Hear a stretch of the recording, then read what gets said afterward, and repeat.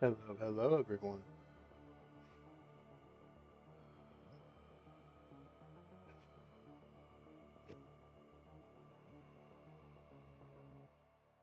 My name is Soul King Winter, and I'd like to welcome you back to what I'm calling Project Twilight, World of Darkness, TTRPG character creations and stories. What this series is us going through the books of World of Darkness, and I walk through these books helping people learn how to make characters, and I will also go through some of the stories posted in the book, and showing off the artwork. This is part two of Hunter's The Reckoning book, and the reason why I say that is because last time the video is on my channel. I haven't put it in a playlist yet, but I spent 5 hours going through half of the character creation because I was reading a lot and everything like that, just kind of explaining stuff out, at least to the best of my knowledge. We might have another long video like that. Well, we're going to be at this for a couple hours. My main goal is to, one, let's switch over to the play screen so you can see the book, because I'm going to be picking up where I left off on making my Hunter character for an upcoming World of Darkness game that I will be playing in, and using it as the uh, example also for everybody else. The first video, we were able to get through all the abilities, or the attribute abilities and stuff like that. This video will have us going through backgrounds, edges, virtues, and derangements, merits, and flaws. That is my game plan. I'm going to try to get through all of it in this video so we don't have to do a part 3 for Hunter's The Reckoning. Or for the most part. So, we're not exactly starting it. I was giving a decent little recap of what is going on. The music in the background that you hear is done by... it is from a channel called White Bat Audio here on YouTube. They make music videos for royalty-free, copyright-safe music. So I've been using it as background for my World of Darkness videos, or when I take breaks during live streams. The link for the music that we're listening to now is in the description of the video. So go check them out. Their music's pretty cool. I've listened to a couple of different things not from them, and I have very much enjoyed it. But that's my shout out for them. Also, my disclaimer that I don't own the music that I'm playing. Next disclaimer is I don't own anything World of Darkness. I'm just going through it and talking people how to do it. The owner of World of Darkness is White Wolf Studios, I believe it is. And you can get a lot of their stuff on the Storyteller's Vault website. You got to pay for it. So if you want the books, feel free to go do that. Also, I'm going to do another shout out. If you're new to my channel, you probably haven't heard it yet. If you're new to my channel, I highly recommend you go watch the first video. Again, it's 5 hours. Put it on in the background and just listen while you do stuff. Might be best. But this shout out is to my older sister. Her channel description is in... Her channel link is in the description of this video also. Her account is Ghoul House Obscura, where she does spooky stories, and she also does podcasting and strange conversation interviews. with people. She puts a lot of hard work into what she does. She has to do a lot of research into what she does and everything like that.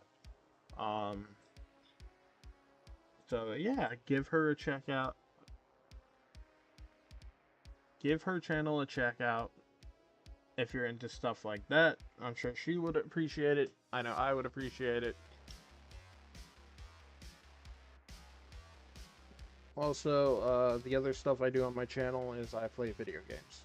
That's if you're new to my channel and you want to check out some of the games I play, feel free. I am here and there, hit or miss on posting schedule right now, just because this is a hobby for me. This is not a job.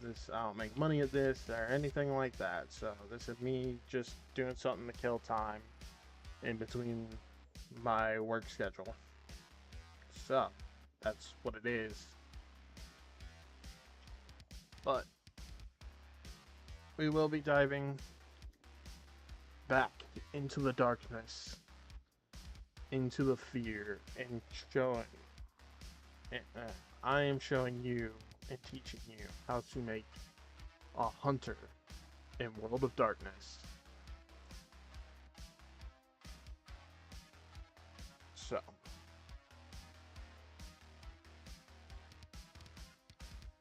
we were last left off at going into backgrounds. And basically what I'm doing in these books is I'm reading stuff out.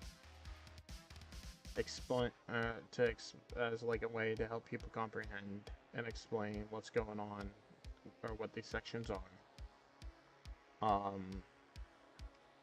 I'm doing a lot of that here in the Hunter book. When I start moving on to the other books, it won't be as heavy in me explaining and reading. It'll just be for the stuff that's going to be same throughout all the books. Each supernatural class has different type of magic, so every supernatural I will end up diving into their magic and talking about their magic and reading about their magic, because all of them are pretty much different in some way, shape, or form. So that can't be helped. But stuff such as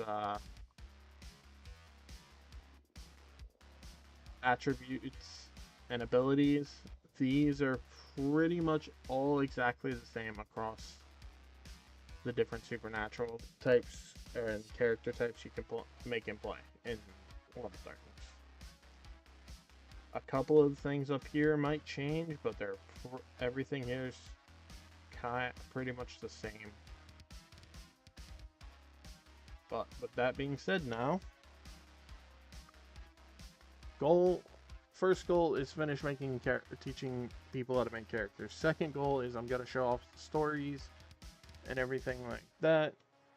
I know you can see the tabs above my screen or on my screen here, and you see 4 of them. That is because I was helping my older sister and my brother-in-law make characters for World of Darkness, and so I had the supernaturals that they were going to play open.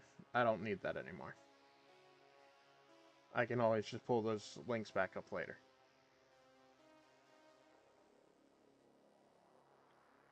But I am going to pull up another link here before I start diving back in.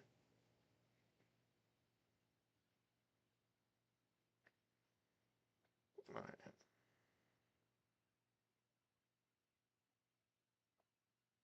Because there is another Hunter's book that we're going to look into, because I believe it has a little bit more information on Hunter's stuff. Like 2 other types of Hunter. So that's Hunter's the Reckoning Player's Guide, but we're not fully diving into that just right now, and it depends on how I feel. So let's dive in and continue our character creation.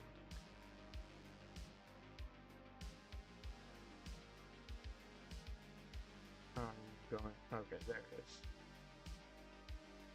So, we're going to start off with backgrounds.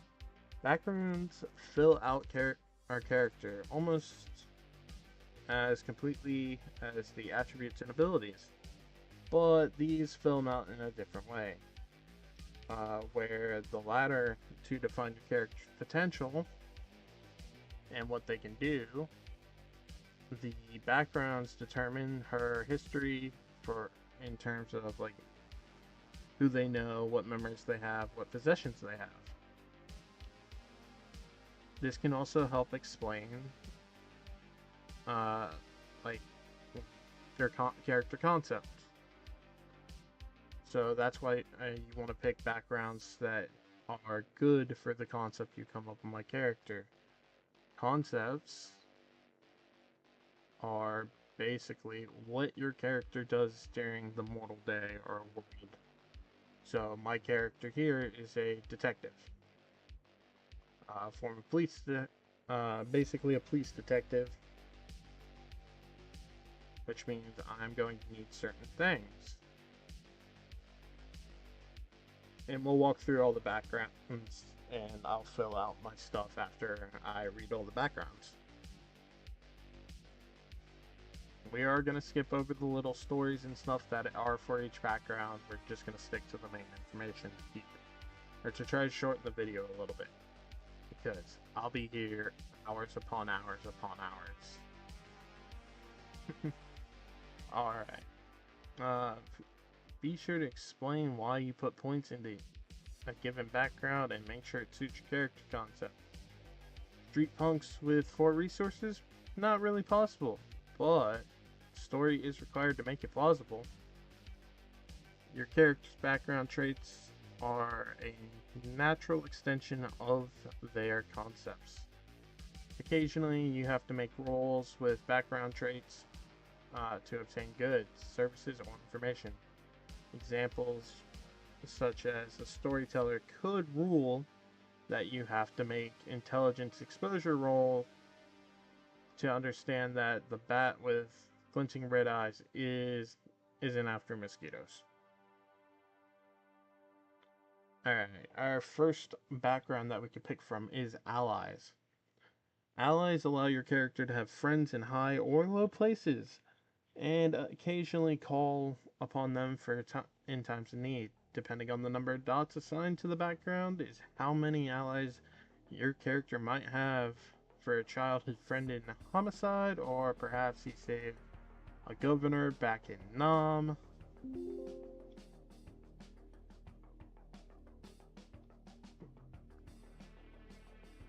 Where was that? Nam. Allies can't always help directly, but they can have their resources that they can call upon. Unlike contacts, which is another background, allies don't need to be coaxed or manipulated into helping your character, but they probably are unaware of the struggle against the supernatural. Like friends, allies do not enjoy being used. Your character may interact with them outside simply asking for help. Additionally, granting favors is a two-way street. If your ally is a friend in the FBI, they may call upon you for assistance. So you gotta pay the piper to, by paying the piper can cause real dents into professional agendas. But the stuff can be with adventures they're made. Alright. So 1 dot means you have a single ally with with decent influence and power. 2 dots are 2 allies, both with moderate power. 3 allies are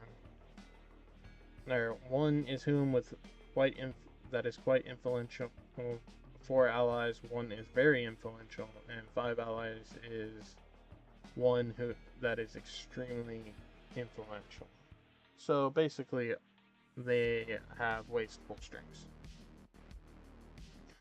Alright, our next background that we're going to look at is Arsenal. The arsenal background is meaning your character may have never been a Boy Scout, but you're prepared. With that as your motto, you know there's evil at work. He just doesn't know what form it would take: government agents, UFOs, or demons straight from hell. Being ready for anything, so when he is called, he brought the hard stuff to bear. You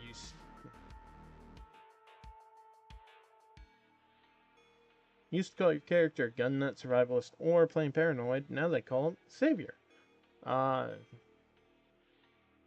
You may not have much money, but over the years you were able to collect impressive assortments of weapons, equipment, valuable to their calling as a hunter. If there aren't particular weapons or pieces of gear in hand, they know where to get it, whether legally or illegally.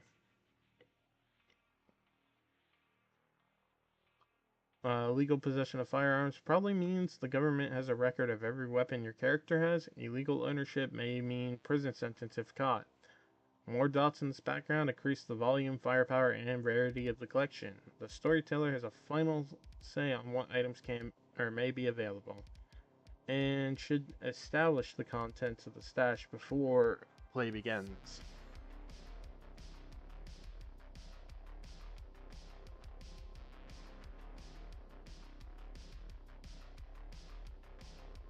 So,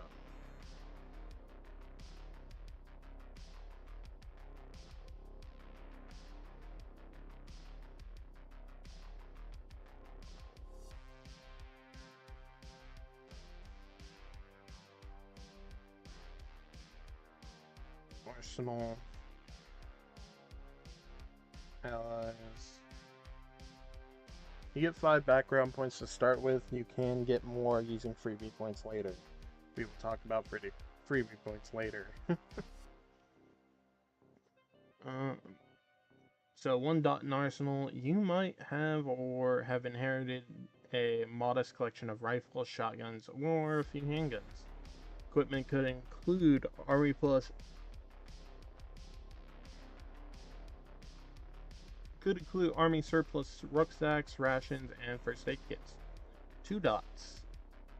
You own substantial collection of firearms, pistols, long guns, probably including vintage semi-automatic military rifles from the Civil War, World War I, or World War II.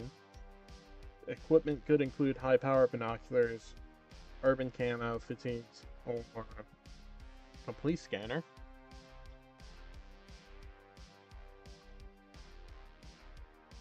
3 dots. And you are a series collector owning various pistols, shotguns, even semi-auto assault rifles. The gear in your basement could easily outfit a group of rough-it campers. And your supplies could include night vision goggles, body armor, or military supply, radios, or surplus radios. Gonna take a second. Look at that artwork. Hunter carving through zombies. I love the artwork in these books. Number 4. You're a fixture at local gun shows, and you make your neighbors nervous. Your sizable collection includes fully automatic weapons, including submachine guns, and might contain exotic types such as sniper rifles and rare antiques. Equipment could include police issue SAP gloves, electronic eavesdropping devices, or lightweight tactical radios.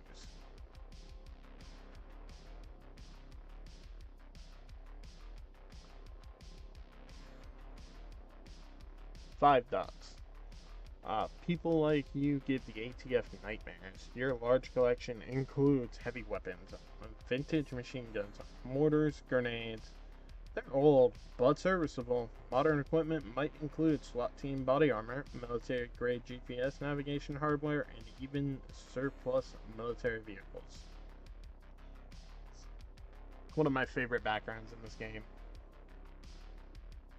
Alright. Our next background is bystanders.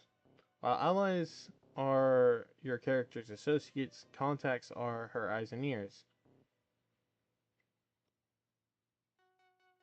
Yet both groups must be kept in the dark about your character's real life agenda. They wouldn't understand if she told them the truth, and they might even unwittingly reveal her to the enemy. Bystanders are your character's companions in her lonely vigil. Like her, they were exposed to the message when it was delivered. But unlike her, they failed to act at the scene.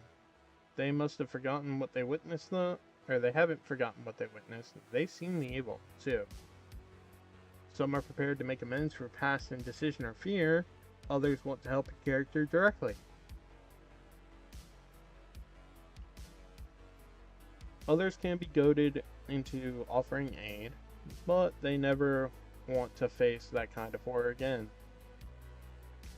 Most bystanders are sympathetic to your character's cause. They have various reasons for helping her or him. The books just automatically set like gender wording, so when I'm reading, I just read whatever's put there. But don't assume it automatically means your character has to be male or female, or anything else. Some stand with her out of love, others out of unpaid debt, or for the resources your character can provide. Camaraderie is not unflagging, though. The poor treatment drives them away. Additionally, bystanders may seek aid that they know your character can provide. Generally, bystanders are not as powerful as hunters in head-on battles with supernaturals. They have no second sight or edges, should not be expected to participate in combat unless dire circumstances. Help from bystanders typically take the form of aid your character could expect from their family. 1 dot equals 1 bystander, 2 dots equal 2 bystanders, 3 dots equal 3, 4 is 4 bystanders, and 5 dots is 5 bystanders.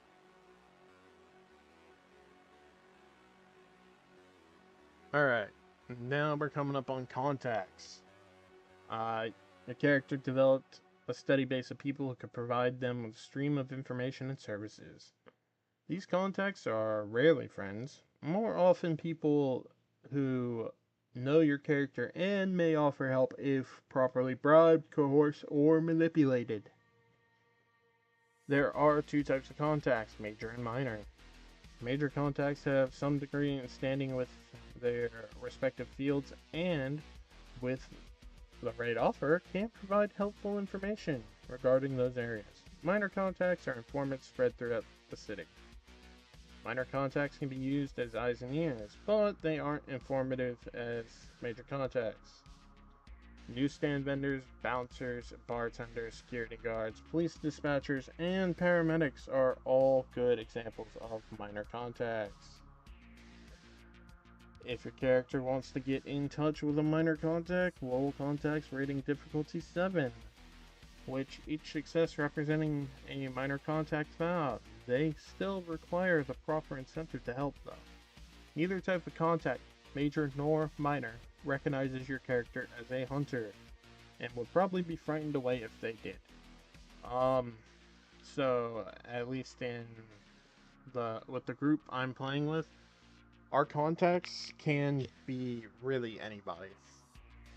It just has to be established up front for the game, and we even allow contacts to be other supernatural creatures. Same thing can pretty much be said for allies, for the most part. It just gives another, like, leverage for us to play with and introduce and interact with stuff. Again, it's a rule that you should probably work with your storyteller if you're going to play in a group about. We have the Destiny background now. Everyone has her role in shaping the future, but people with destiny seem to have an enormous part of play. Your character has been selected from among all other imbued for some purpose. Maybe only they have the insight into the way monsters really are.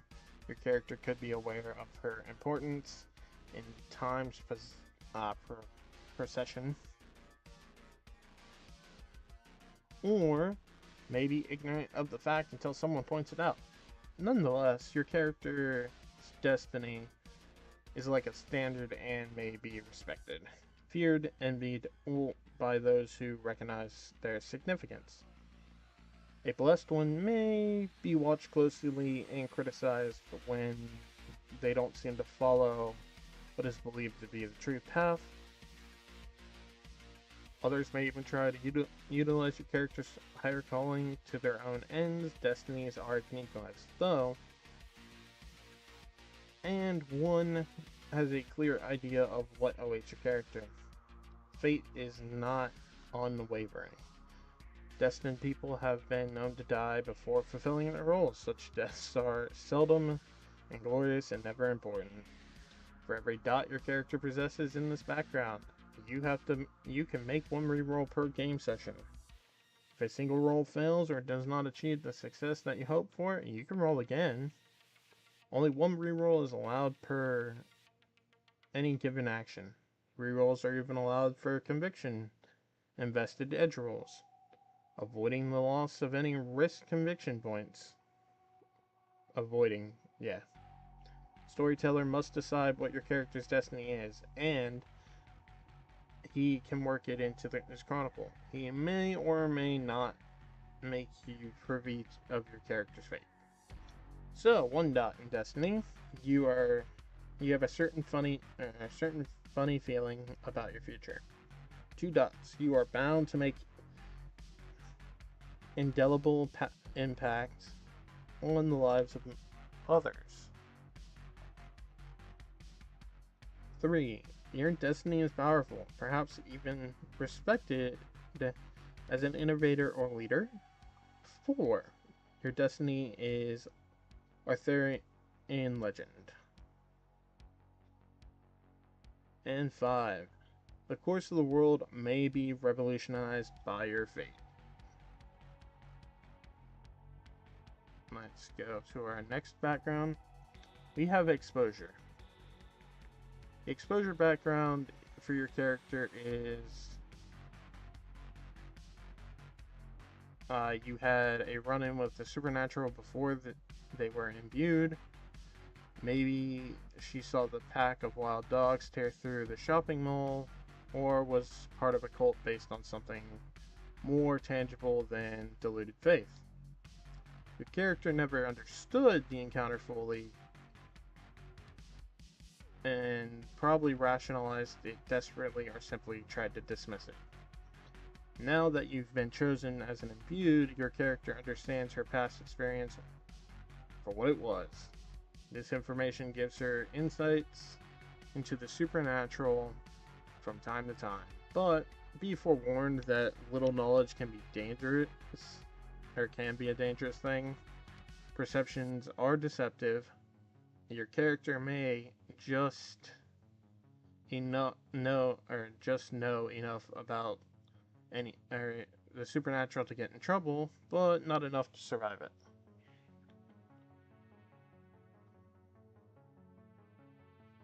Past event details or circumstances.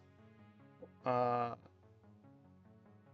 now that says detail the past event or circumstances. My bad. I completely misread that advice. For your character, identifying a supernatural creature, the storyteller may make wits exposure roll on your behalf to see if your character can draw upon her previous experience in regard to the new encounters.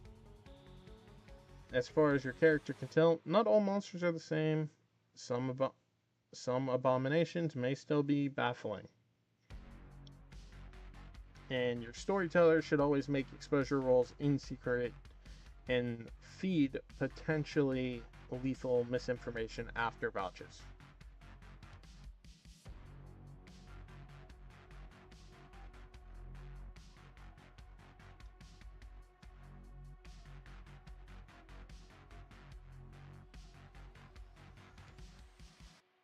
Alright. One dot is you frequently went dancing at at some notorious spot. Two dots is you can now explain that unexplainable encounter you had as a kid in a spooky old mansion. Three dots, you have seen miraculous coincidences occur that are starting to seem less and less coincidental. Four dots, one of your parents always used to arrange after dark meetings. You realize your initial diagnosis for the cause of his neurosis was all wrong. And five dots, the community you lived in, perhaps Gypsy or Native American, that took supernatural for granted, you now understand something of what you've seen or heard.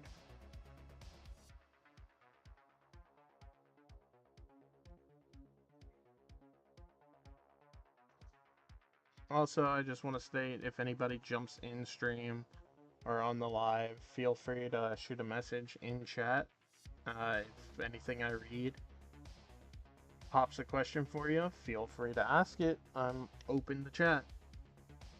I'm just mainly reading, but that doesn't stop me from interacting with everybody.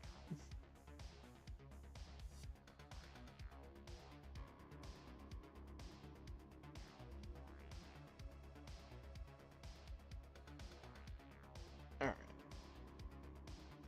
We're moving on to the fame background.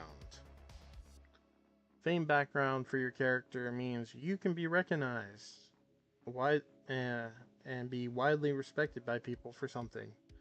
Fame often walks in hand with fortune. Many famous writers, athletes, and actors can attest. Though, it doesn't always come without accompanying points and resources. Your character's fame may be the fleeting kind usually brought on by the media. Fame certainly has its benefits. People like to be seen with your character, and your character may wield significant influence and might receive prestigious innovations and privileges. Fame can... I'm on the wrong page. Sorry. Tried scrolling down and didn't. Fame can also be a nuisance depending on situations, especially for the hunters or huntresses who are trying to stalk their enemies unseen. Yet enemies may not be able to eliminate your character outright. They may not want to reckon with the attention and inquiries of the death of your character, but at storyteller's discretion, fame may also reduce any difficulties in social roles against particular impressionable people.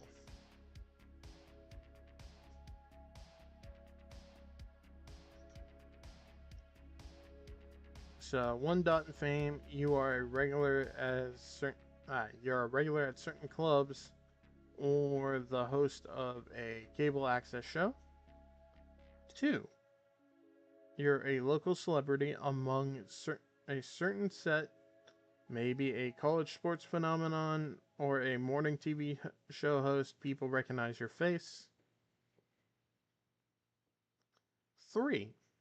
You're known to almost everyone in the area, perhaps as a figure in a popularized trial. 4. Your name is known across the nation. Almost everybody's heard it. And 5. Your name turns up at least once on any given evening of television. So, honestly, that is a background I have never used while playing. I'm not gonna use it now because it seems more of a hassle than it does for benefits.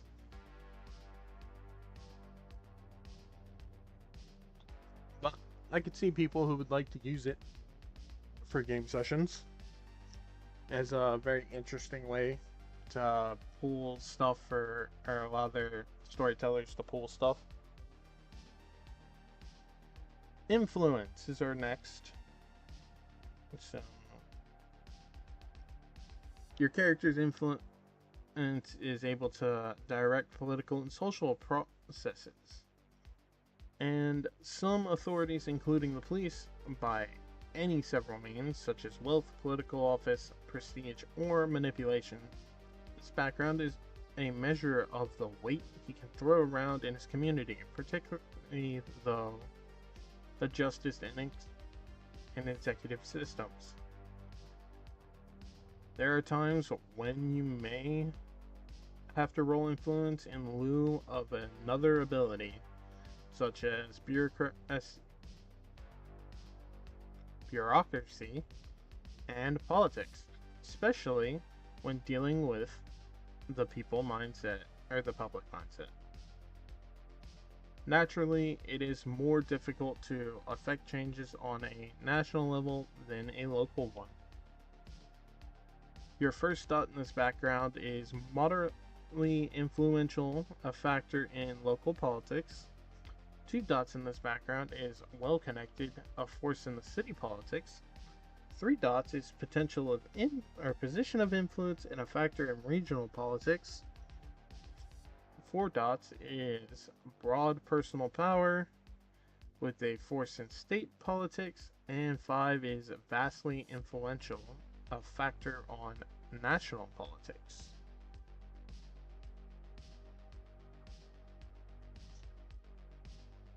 Now we move on to mentor.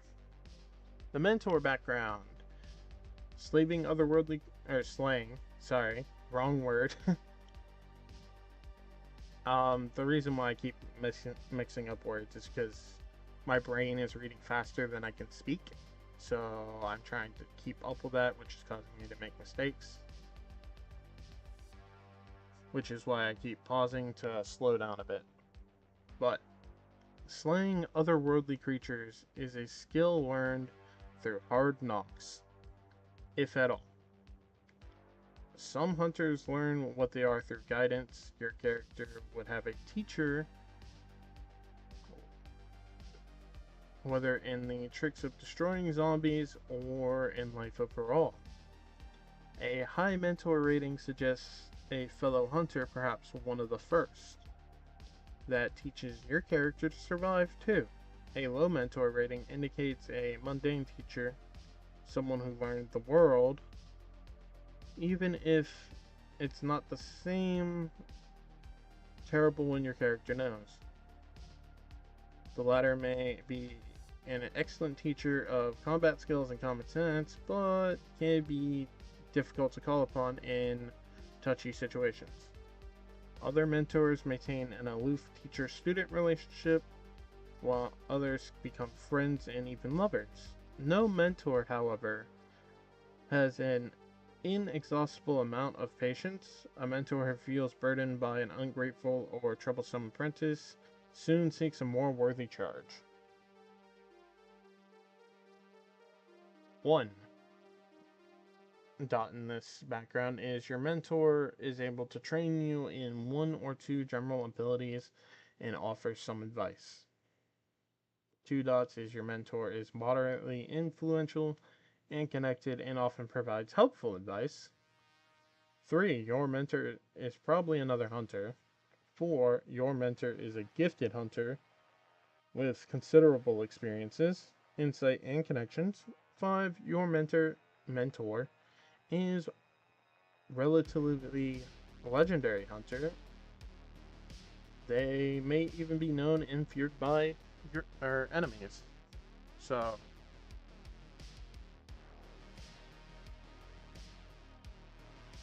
mentor.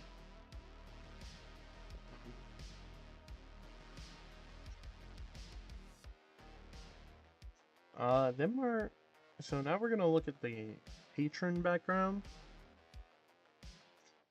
The messengers keep visiting your character, even after his imbuing.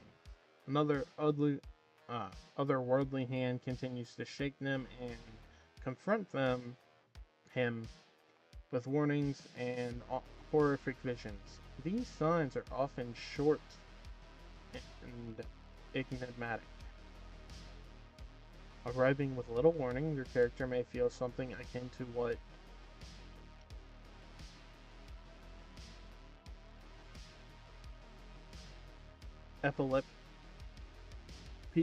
epileptics, or people with epilepsy, experience. Just before an episode, a brief haziness or unfamiliar smell, then it hits. Contact is seldom pleasant. It's disorienting, nauseating, and infuriating. Any messages are shrouded in the miasma of images and emotions. They don't immediately make sense. Otherworldly voices and bizarre dreams are obvious choices. Other, more eerie messages include billboard lines that scramble into cryptic warnings, an ATM machine that urge or advise your character. Before you understand what's happening, your character may be presumed sick or insane, whether by himself or others, even if he understands the meaning of the messages. It could be attribute them to deities, aliens, or psychic powers. Most characters with patrons tend to keep nature of their messages to themselves. After all, they burned Joan of Arc for less. So your storyteller may use this background as an opportunity to offer clues to players and to foreshadow events to come. Storyteller may also decide the reason your character is contacted relatively frequently. So, for one dot in the patron's background, you are contacted now and again, perhaps 3 or 4 times since you are imbued. 2 dots. You are contacted a few times a season or so, apparently with dire messages only. 3 dots. You receive a message a few times every month. 4 dots. You are contacted at least once every week with information of seemingly various import. 5 dots. You are contacted so frequently that you take precautions against mishaps by refusing to swim or drive alone, for example. So this is actually another one of my very interesting backgrounds I like to take when I play Hunter, because it allows people, it can allow your character to stay alive.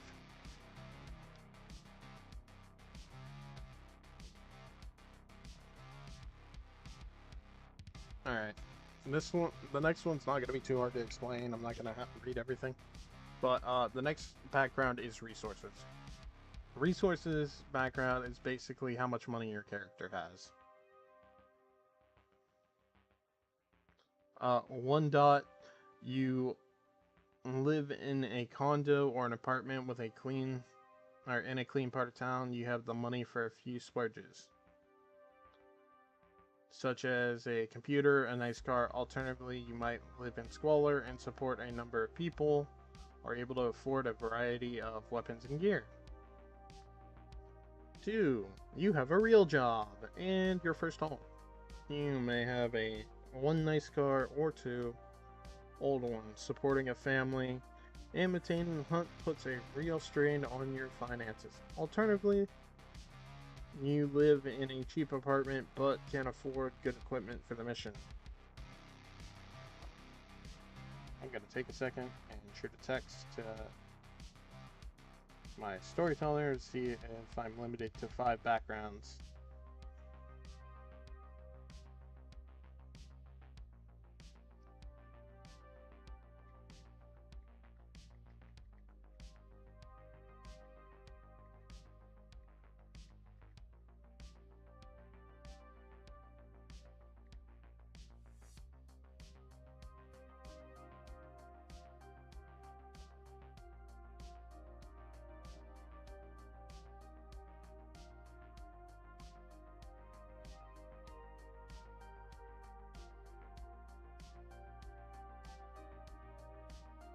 Alright, so I gotta wait for them to respond, but I'm gonna keep going as I do, and if they limit me, then I will go from there. 3. You own some property and perhaps a second nice car. You can afford to take equivalent overseas vacations, build stock portfolios. You can support a family and pay for the toys of your secret trade.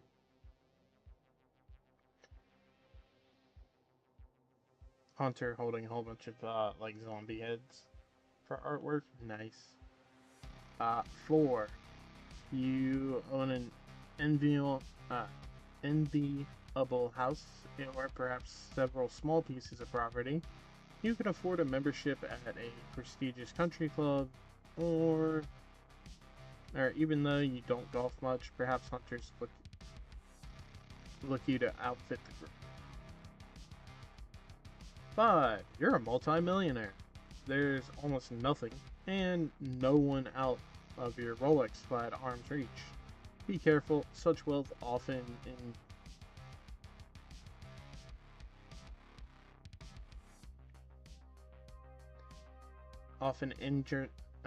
engineers or engenders dangerous envy. You can afford almost any weapon or armament provided you can get your hands on it. So resources and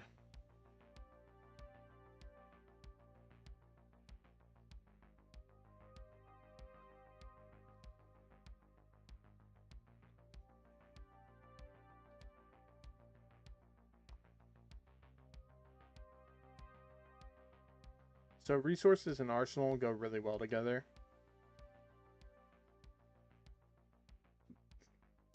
Okay, so that looks like it's actually the end of our backgrounds in the Hunter's book.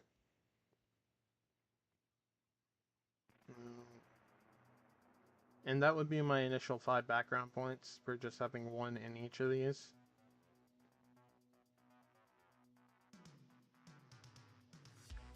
And we might just stick here with that. What else? So we still need to do edges.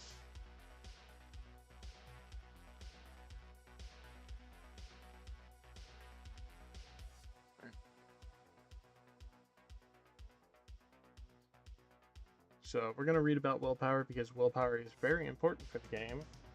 I'm not going to try to read this all word for word, but I will read a decent amount of it. Willpower.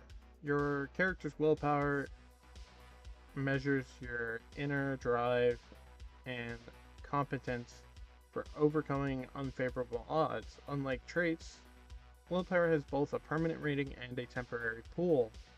This rating is rolled and tested, whereas the pool is spent when you spend a point of your character's willpower. Cross off the point from his willpower pool, the squares. Not the willpower rating, the circles. The rating stays constant. If you need to roll willpower for some reason, base the roll on the permanent rating. The pool is used up during the story. Willpower pool likely fluctuates a great deal during the course of story or chronicle, decreasing by 1 point every time you use a willpower point to enable your character to do something extraordinary, like maintain self-control or gain automatic successes. Your character has no willpower left and can no longer exert the effort he once could. When you have no willpower pool,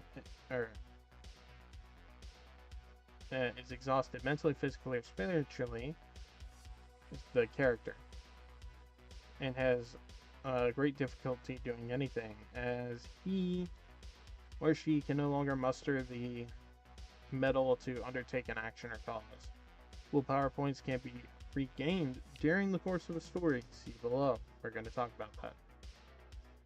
Though you are advised to be careful and frugal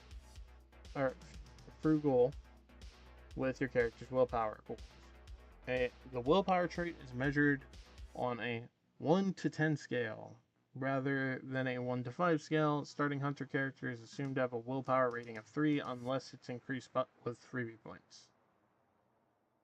So 1 dot is spineless, 2 dots is weak, 3 is unassertive, 4 is different, 5 is certain, 6 is confident, 7 is determined, 8 is controlled, 9 is iron-willed, and 10 is unshakable.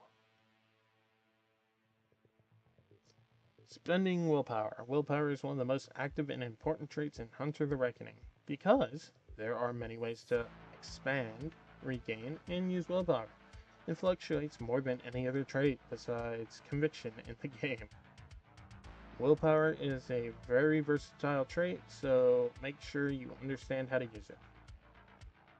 You can spend one of your willpower points to gain an automatic success on a single action. The action roll is made normally. A single die in that indicates a failure is set aside and considered an automatic success, to be combined with any other successes achieved in the roll. If all the dice were successes, another is added to the total for the willpower point spent. Only one willpower can be spent in a turn for this manner, but the success is guaranteed and may not be cancelled even by botches. By using willpower in this way, it is possible to succeed at a given action simply by concentrating. For extended rolls, these extra successes may make the critical difference between accomplishment and failure.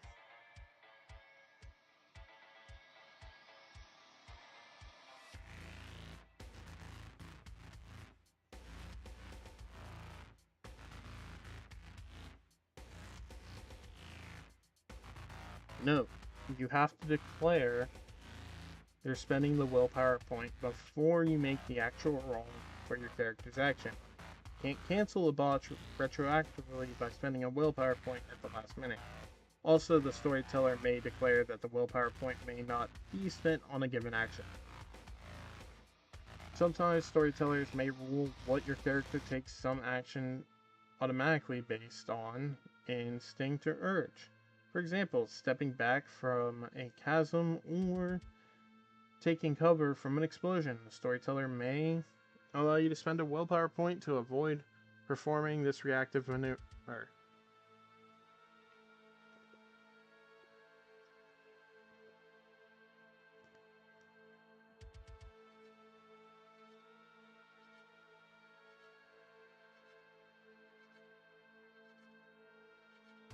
It should be noted that the instinct may return at the storyteller's discretion.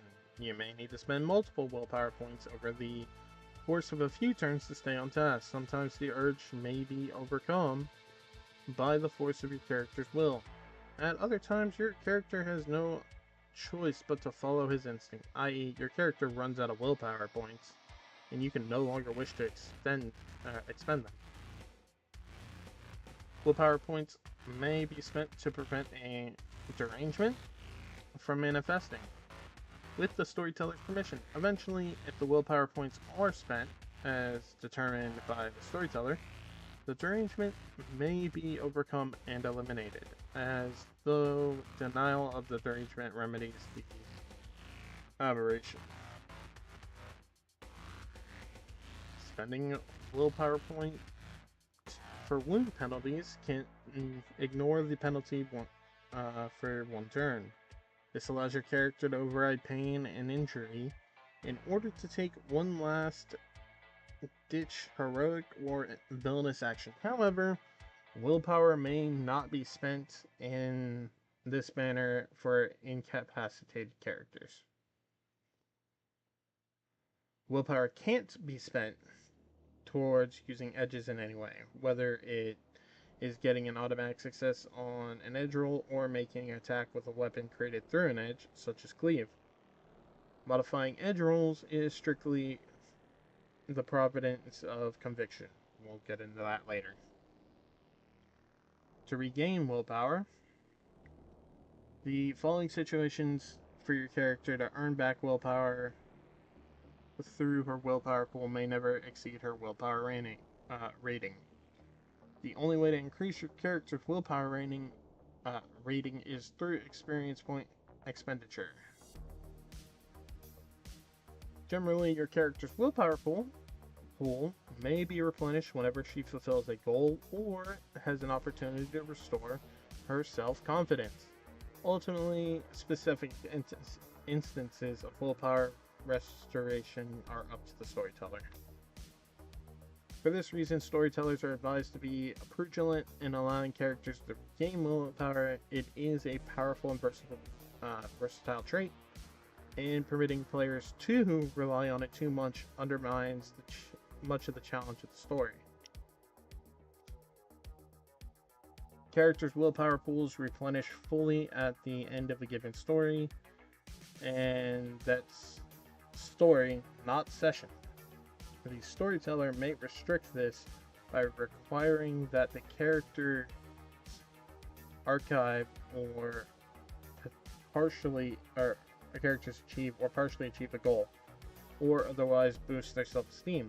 For example, if the story ends in a stalemate for characters who didn't destroy a powerful monster but did manage to obstruct its immediate plans, allow them to replenish their willpower pools.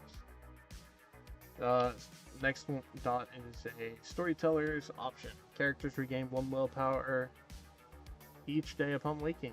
This approach is easy on the bookkeeping and allows a steady stream of willpower replenishment. Next, characters attain some extraordinary goal or fulfills an outstanding objective. The storyteller may reward her with a point of willpower. For example, the hunter manages to keep a gang of vampires from breaking into his home and killing his family. The character may regain a point of willpower, and perhaps more.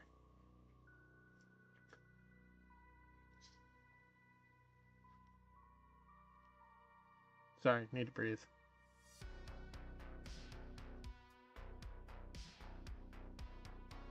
Storyteller's option. If the character behaves in a manner that fulfills her nature archetype,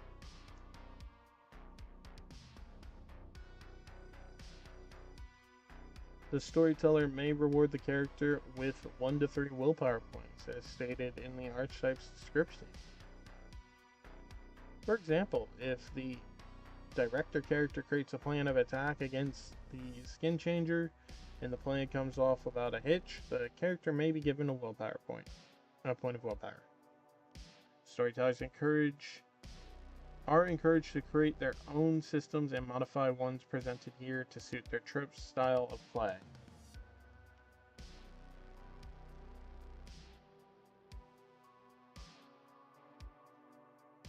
Indeed, the manner in which a storyteller allows or refuses to allow willpower replenishment can determine the overall mood of a chronicle. Word of caution: give willpower rewards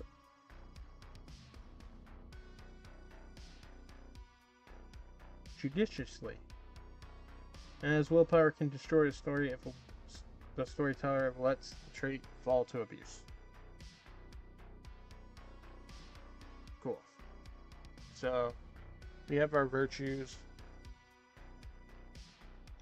Your character has virtues, principles, and beliefs. Whether it's about right or wrong, good and evil, heaven or hell, their values were probably shades of gray between the black and white contrast of any subject. Your character's ideals and principles were probably fairly typical, shared by others, even if not locally or to her knowledge.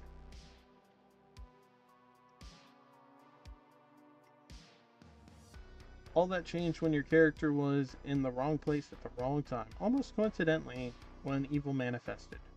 Suddenly, she was imbued. All of her previous perceptions and ideas were instantly invalidated.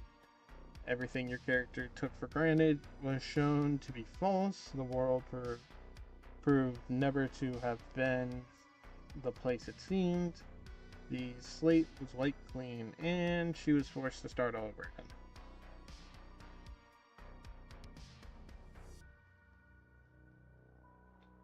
Alright. Three groups known for the game purposes as virtues are zeal, vision, and mercy. They are all different takes on how monsters could be dealt with. Tooth for a tooth, an eye for an eye, with a mind to an ultimate end. To the war, and with questions such as what are you and what are we, or the judicious comprehension for creatures that may suffer as much in this reality as a downtrodden suffer in any world.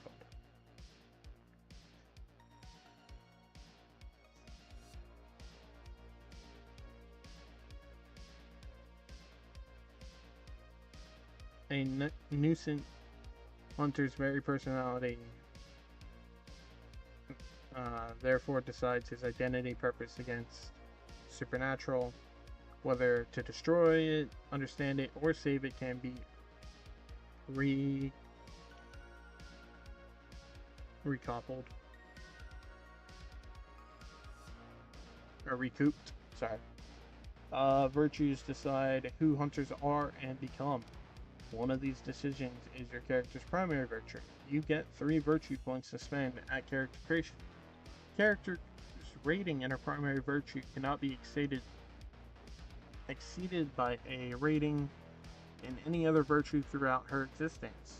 If her primary virtue is mercy, her ratings in zeal and vision can never exceed her mercy rating. They can equal mercy, but never be higher. So, like, my character is a mercy hunter, meaning my virtues must stay with mercy as my highest.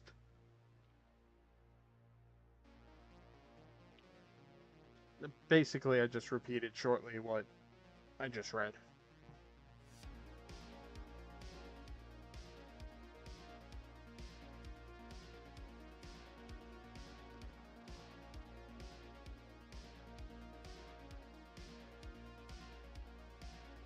So we have the 3 virtues.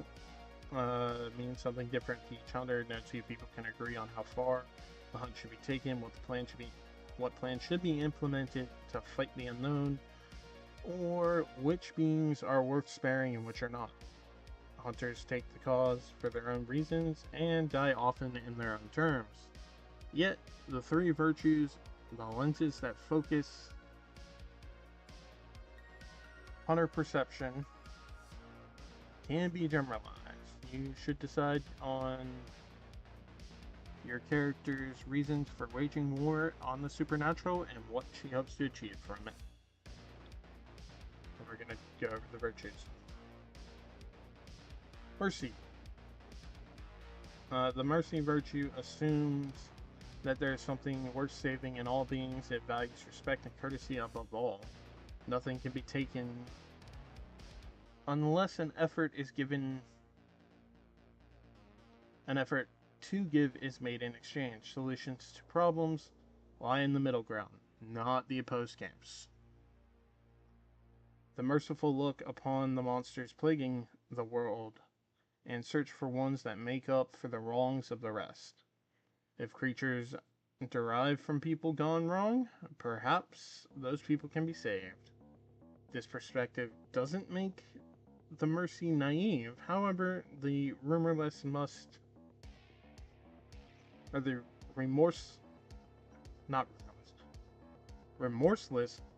must be put down to save the defenseless, to protect any purity that might still exist indeed. When charged to protect the free and unspoiled, the merciful begin more dogged and dangerous. Become more dogged and dangerous. I gotta slow down.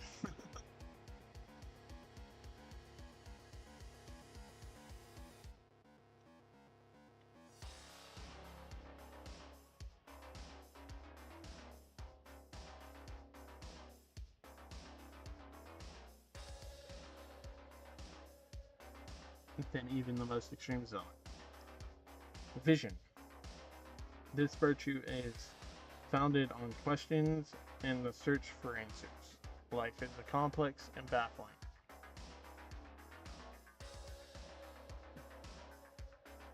How can anyone claim to understand anything if they don't ask all the questions and look for all the answers?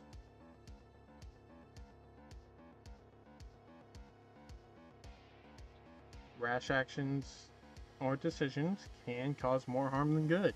Thoughtfulness and freedom are key to unity and cohesion. Vision applies the hunt in refusing to acknowledge accepted truths and scrutinizing assumptions. Monstrosities might seem to control the world, but is it worthwhile to destroy every one of them on the streets? When the ones in power just create more? What's the plan? Where's the goal of the hunt? Running in circles covers no ground. How can people be free of the supernatural tyranny once and for all? We have our zeal virtue. This zeal is the fundamental belief in a cause for its own sake, whether it is to be religion, a right movement, or simply a refusal to accept the status quo. Right and wrong draw definite lines, with narrow or no shades of gray. There is the ideal answer to whatever the problem arises, and it should be sought after, fought for if necessary. Zeal applies to the hunt and a simple intolerance of the supernatural. The world is clearly at the mercy of obscene creatures that corrupt everything they touch. Their hand should be severed, and their lives should be snuffed out. Half measures mean half freedom or half justice. What can be worth having that isn't worth dying? Virtues and creeds. Your character's role in the hunt doesn't stop at her virtues. Virtues are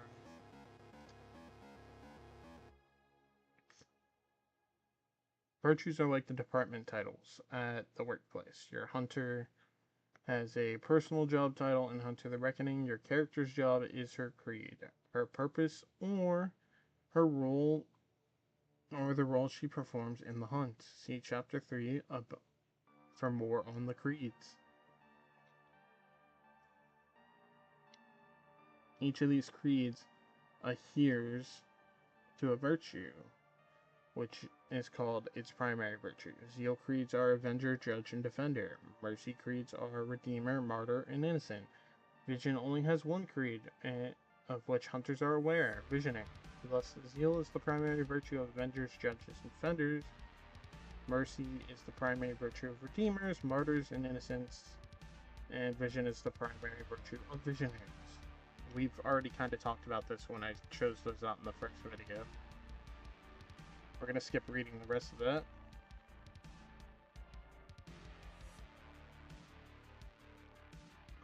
Your character can't have a creed and primary virtue, but they can also have scores in any of the virtues, regardless of which is her primary. Your character's primary virtue rating simply cannot be exceeded by her other virtue ratings. We've already talked about that. Scores in multiple virtues represent an understanding of the various goals of the hunt. Not only to destroy, for example, but to rationalize with, and perhaps even spare, some supernaturals.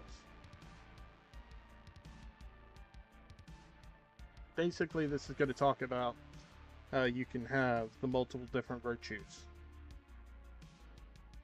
And it mentions all your character's virtues can be increased during play. See Conviction. That's page 139, where we will get there. But the primary virtue score can never be exceeded by those of her other virtues.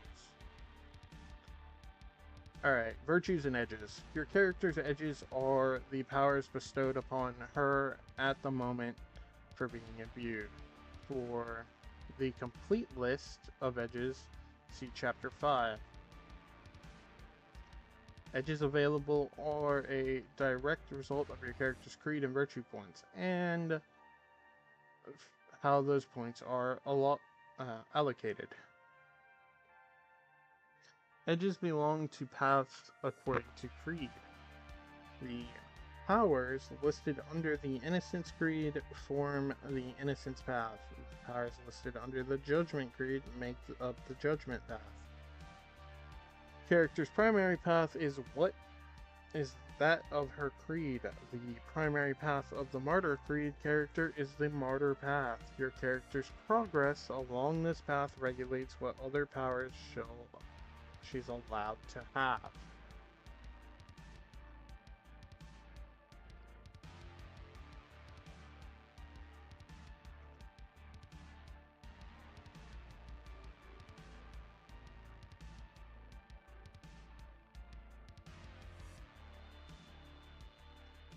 Edges must be acquired in an increasing order on the path. You cannot buy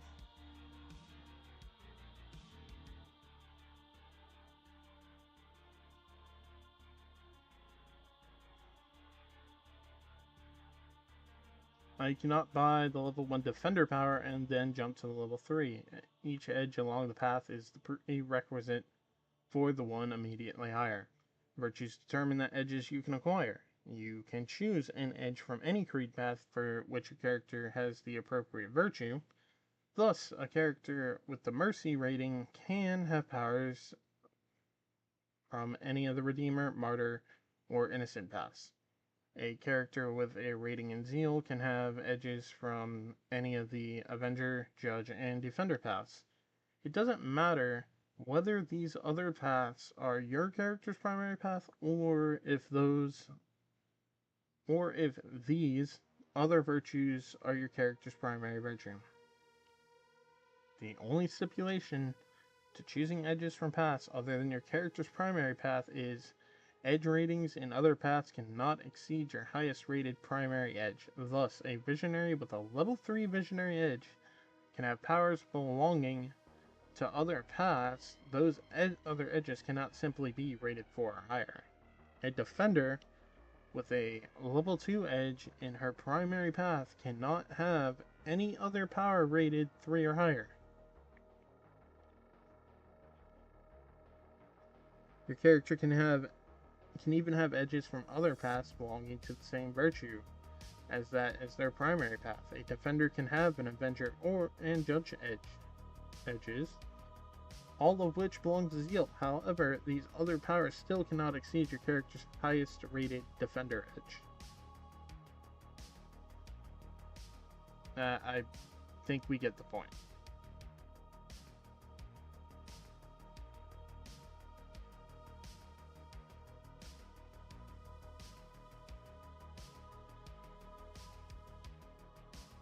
Spending unused virtue points.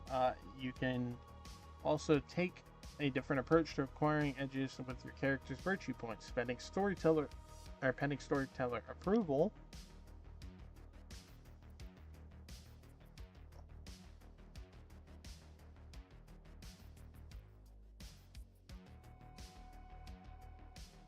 sorry, give me 1 second.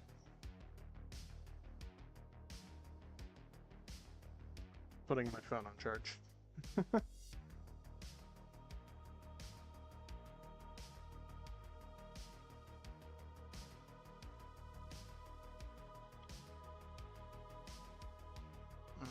Pending storyteller's approval, you don't have to save up virtue points to buy the next highest edge in path, you can spend virtue points as your character gets them to acquire lower level edges in various paths.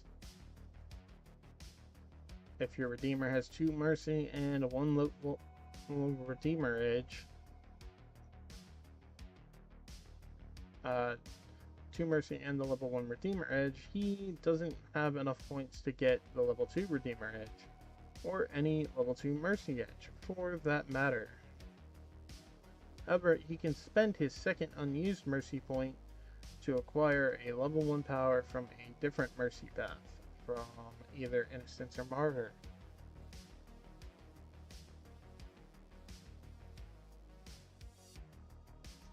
A judge with 9 Zeal has a level 3 Judgment edge, but doesn't have enough points to gain a level 4. He needs a total of 10 Zeal to have that edge.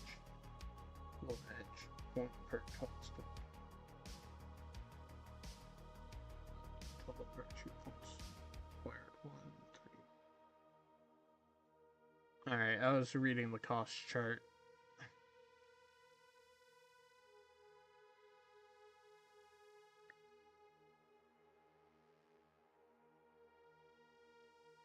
For a second. However, he never picked up any low-level edges from the other 2 Zeal Pass. This player decides to do so now. He has 3 unused Zeal points. His first 6 have been dedicated to his levels 1 through 3 Judgment edges. His player spends 1 Zeal on a level 1 Avenger edge and 2 more on the level 2 Avenger edge. Buying the lower level edges with unused virtue points comes at a price. Isn't there always a price? But the points must now be labeled as spent. They cannot count toward your character's virtue total when you try to gain the next edge along the path. The Redeemer in the example above has spent his unused second Mercy point. That means it isn't counted when he seeks to gain level 2 Redeemer. I'm sure we all understand by spending the points now, for the most part.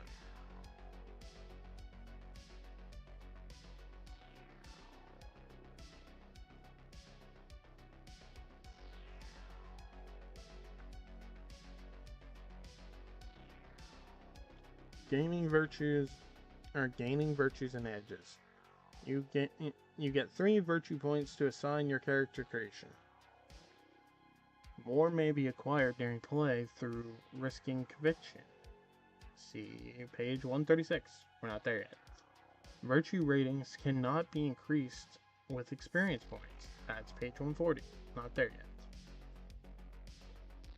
Virtues represent your character's goals in the hunt, which he strives for only through the act of hunting itself. Increasing virtues therefore happens simply by doing, not through any specific study, practice, or education. Those kinds of efforts are the realms of experience points, which may be spent to increase your character's more mundane traits such as attributes and abilities. Because edges are purchased with virtues, new edges do not manifest in your character unless her virtues increase significantly. See Conviction in Chapter 5 for information on how new edges are gained. We're not there yet, but we will be. Edge chart cost. A level 1 edge needs a virtue point cost per level is 1. Total virtue points required to gain the level 1 edge is 1. Level 2, virtue point cost per level is 2, and then total virtue points required is 3 points. Level 3 needs a virtue point cost per level of 3, and then total virtue points is 6. 4 has a level 4 has a virtue point cost per level of 4, and then a total virtue points required of 10, 5. Alright, level 5 has a virtue point cost per level of 5, and total virtue points required is NA.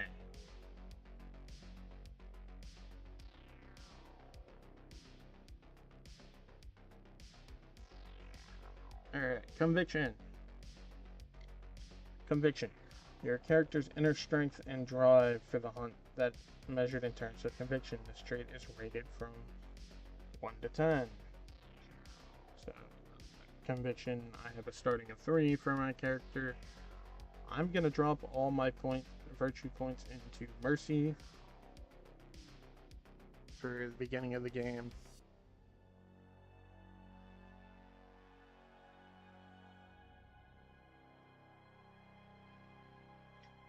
Which means, yeah.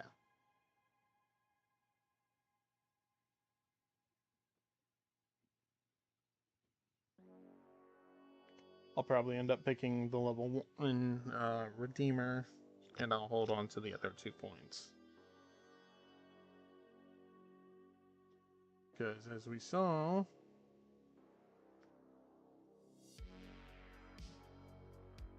sorry about that, I need a total of 3 points to get to level 2.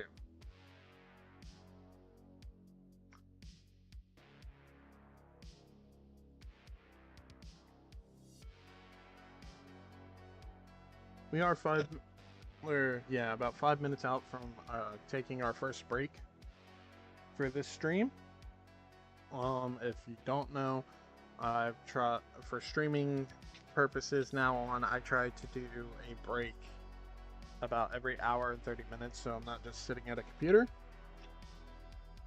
This way I can get up, walk around, get more refreshments, such as for drinks or something quick snack on to eat, so allows everybody else to do the same. But just giving a heads up, we are about 5 minutes away from that.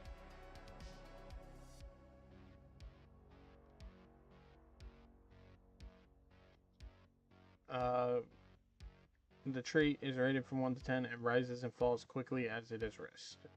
Spent and regained, all of the imbued have conviction. It is imparted to them among the virtues and the edges when they are chosen. Normal people and supernatural creatures do not possess conviction. Indeed, the trait can be used only in relation to Hunter's edges to fuel those powers with the character's reserves.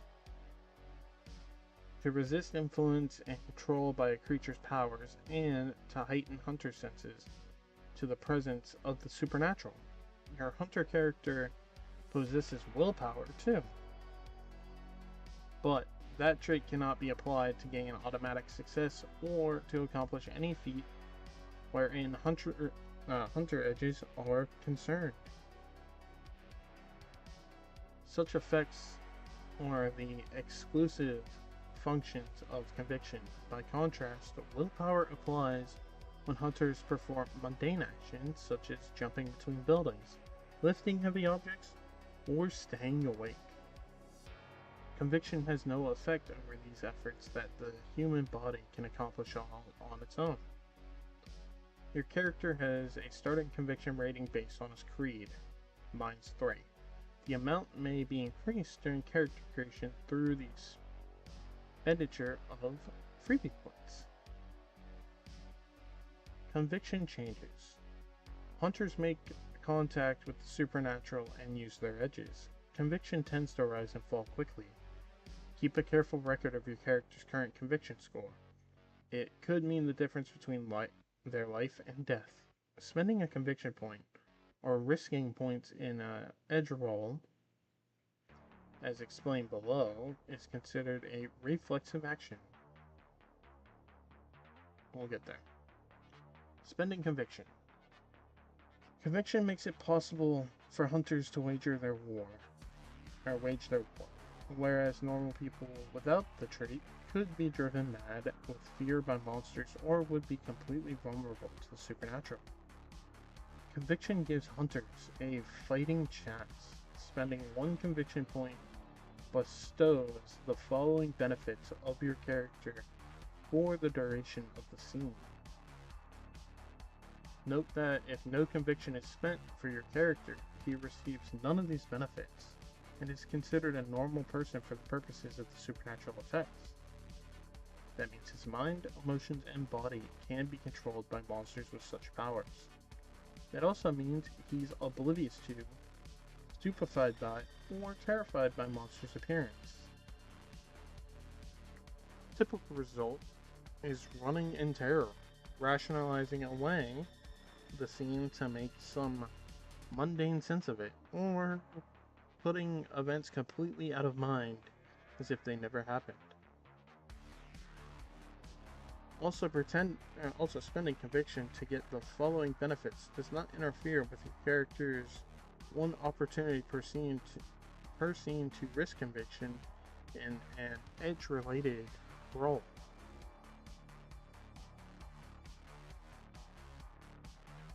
Alright. We're gonna come on to our first break. We're less than a minute out. So we're just going to go ahead and switch off, take a couple of minutes, and they will dive more into conviction.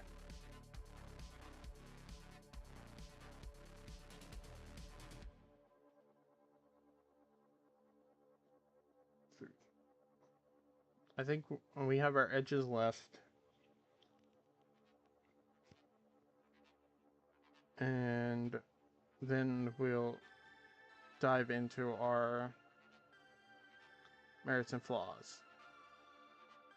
Once we get those situated out, and I start distributing freebie points and such like that for my character, we'll pretty much be done with the character selection. Then I'll go flipping through the book, trying to find any like stories and stuff to read and talk about. And if I still feel up to it, then we'll go into this book. But for right now, we're going to go on break. I'll catch everybody in a few minutes. I hope everybody's enjoying, whether you're watching this live or you are watching this at a later point in time. Thank you for all the love and support and hanging in there.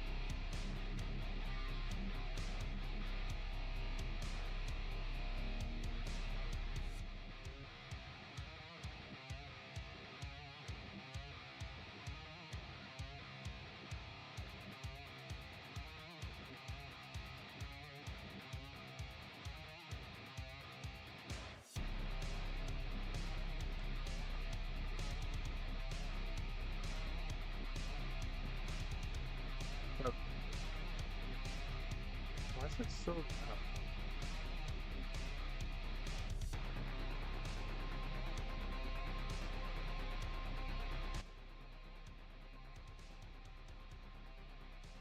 I might have turned it back up, not paying attention.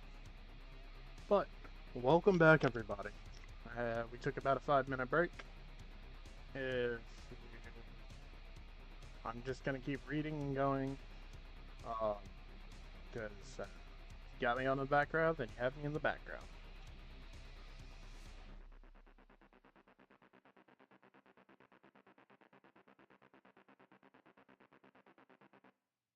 Alright.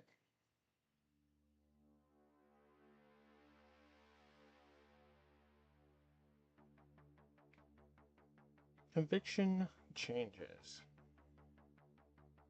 When hunters make contact with the supernatural, or I think I've already read that. Did I? Oh no, that's where I read.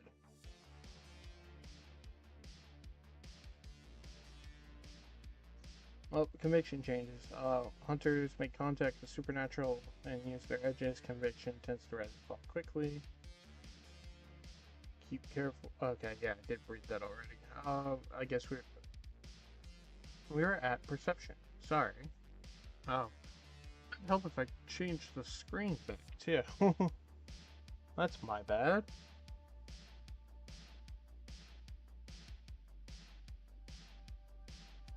Alright, now we're back. Perception. Your character is able to perceive supernatural entities that might not otherwise be visible to them. Hunters call this ability second sight.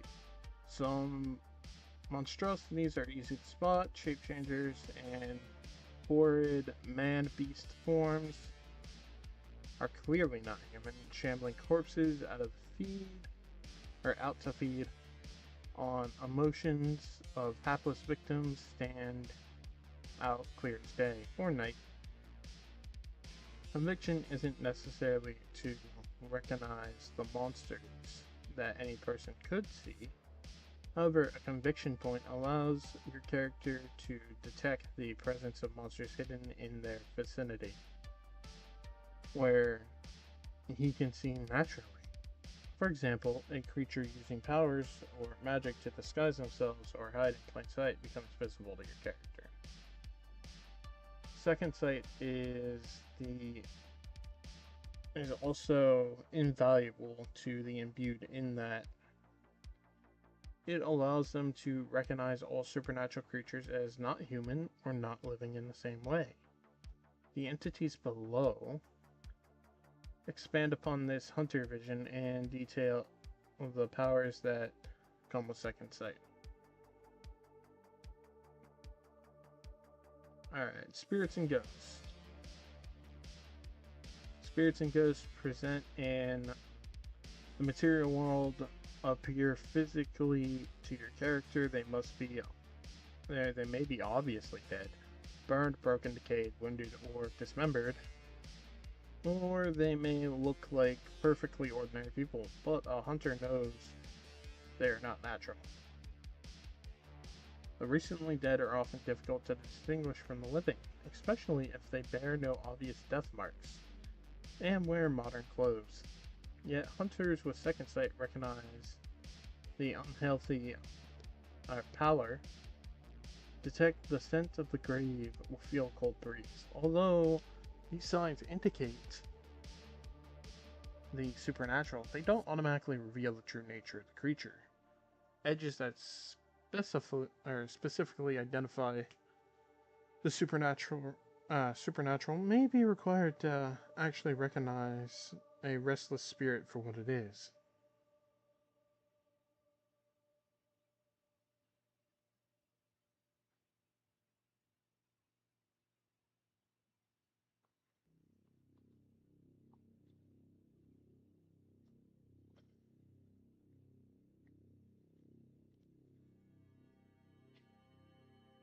Reacting with conviction.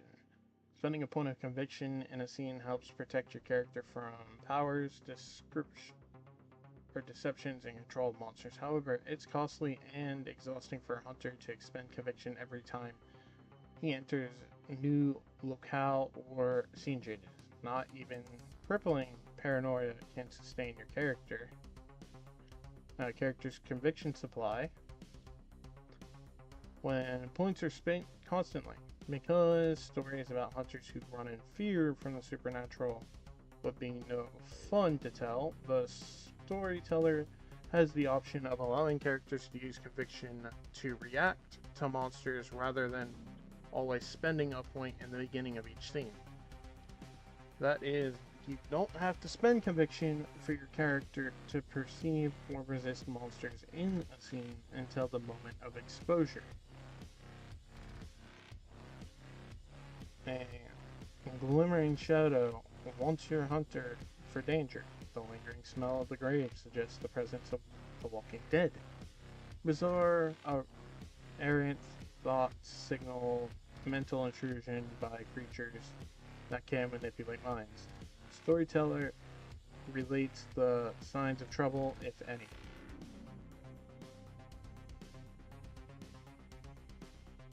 Whenever facing a signal or warning, your character may react by using his second sight and defenses to protect him. For you, that means spending a point of conviction when trouble is apparent, not knee-jerk with each new room or hour.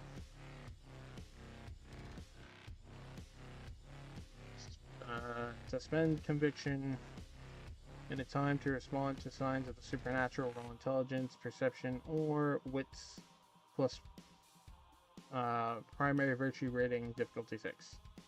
Storyteller decides which attribute applies to the roll based on the stimulus that warrants the trouble. An educated guess, intelligence, physical indications, perception, or a simple danger sense, wits. Storyteller may also replace your character's primary virtue rating with alertness, awareness, or intuition. Again, depending on what form of warning signs take. Storyteller even has the option of making a reaction roll resisted against a creature's stealth or against a roll for any power the creature uses in your character's presence. A subtle attempt to influence your character's mind might go completely unnoticed. In some cases, the storyteller may make conviction reaction rolls on your behalf in anticipation of a failure or botch. In which case, your hunter never realizes that a monster is at work or affects them. Allowing characters to activate second sight reactively to warning signs rather than proactively as a consistent defense is up to the storyteller. Allows a player to reserve precious conviction for when it's not really needed, and add the element of fear and chill to stories. Improving conviction reactions also allows the storyteller to introduce creatures. Without warning characters, Ghost might lurk out might lurk about the imbued to make no overtures and draw no attention to itself. Characters without active second sight probably don't see or sense the presence unless the storyteller calls for reaction rolls. Who knows what the spirit can learn about or do to the hunter? Just because the players want to save their conviction for when they think it's necessary. If some hunters recognize supernatural danger through reaction rolls succeed, others don't, their rolls fail, the storyteller decides if the conviction can be spent for all. Alert hunters may warn allies, however, supernatural activities may be too isolated, subtle, or quick for slow hunters to respond.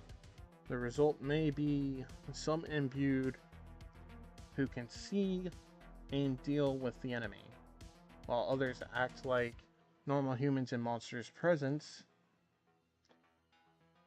They probably run in fear, stand slack-jawed, or become subject to hysteria. And such a price of trying to preserve conviction points at the expense of safety. If reactive conviction is used in the game, all players should know in advance. Characters are still free to activate Second Sight and related defenses at will. Players spend one conviction each normally, but reactive roles do offer some kind of backup.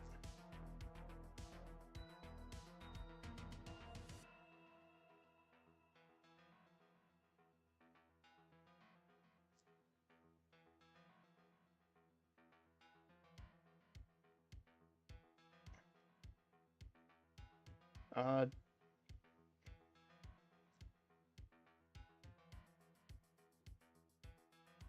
so Second Sight, he doesn't signal out hunters to other hunters unless that hunter is using some form of ability of a power to indicate they are not human.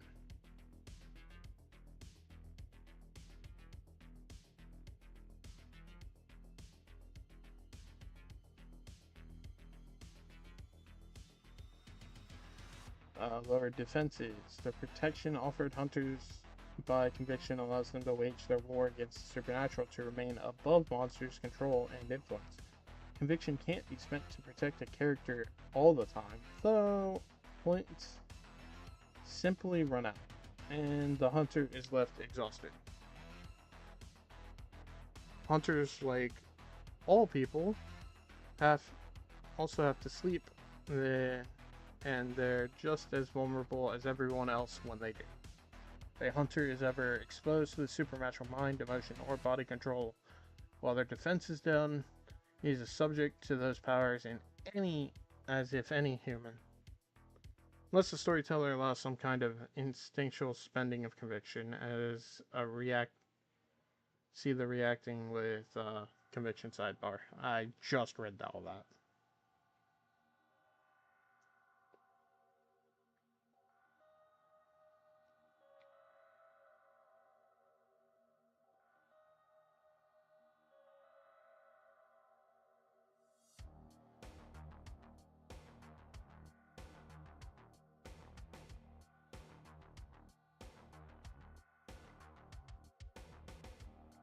Alright.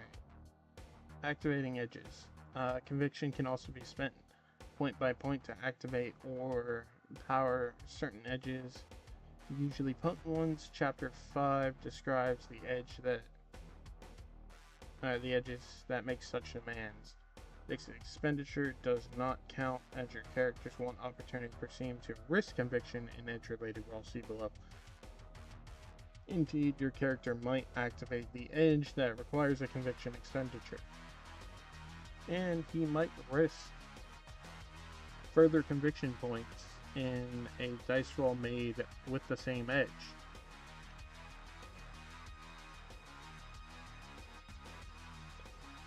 Risking conviction. Conviction points are gambled to achieve increased success when using edges. Your character literally invests his withdrawal or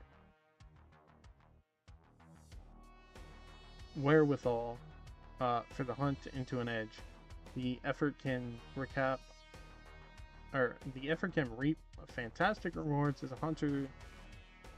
as his hunter power becomes amazingly potent, and his desire to continue against the unknown is bolstered. However, investing conviction can also exhaust your character if his effort fails, leaving him drained and vulnerable. The results are even more devastating on a botched roll. All hunters appear to possess this capacity. The choice to put everything into a focused punch. Hunters speculate about where this ability comes from and why they're able to do it. Ultimately, they're left baffled by it as they are by the embracing themselves. Hunters realize instinctively that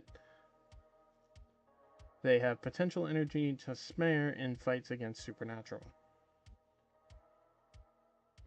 Once per scene, you can invest any or all of your character's current conviction points into a single roll related to an edge.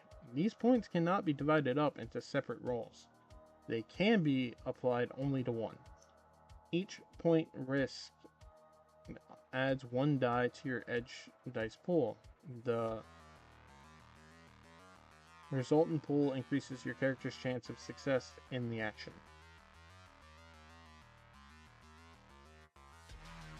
your Avenger might use Cleave against a disembodied spirit. You can invest conviction points to add extra dice to a single attack roll. The conviction dice are simply added to his normal dexterity melee pool for the attack. Melee, however you want to pronounce it. Any successes gained are in turn applied to damage. Your Redeemer could cry out no as a speeding car bears on him, and she averts catastrophe. You can invest conviction points and add dice to your bluster roll, wits plus mercy, and escape harm by causing the vehicle to careen around your character. Or you can invest conviction points into the ward roll, increasing the number of dice rolled to determine if your defender can keep monsters at bay. Rolls made with edges are explained under the power description themselves in Chapter 5.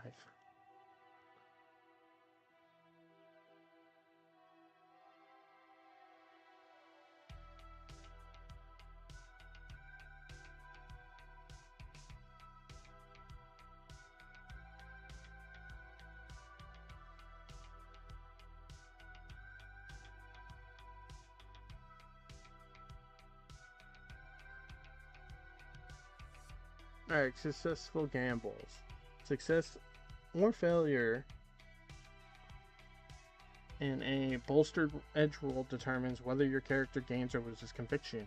If the bolstered dice pool results in a success, no matter how marginal or resounding, your character retains any of the conviction you invested, and he gains 1 extra point.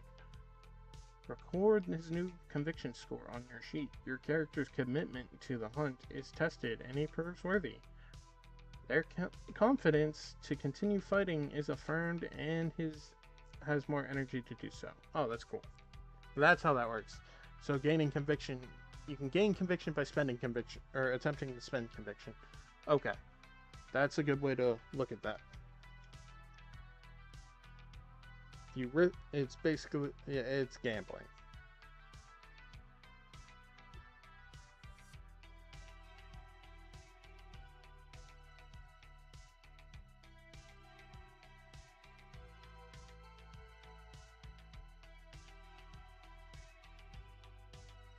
Alright, conviction points are invested in resisted rolls against an enemy. Character must win the contest or gain his conviction and win an extra point. Generally speaking, use of an edge must have a result or impact to gain conviction point from the effort.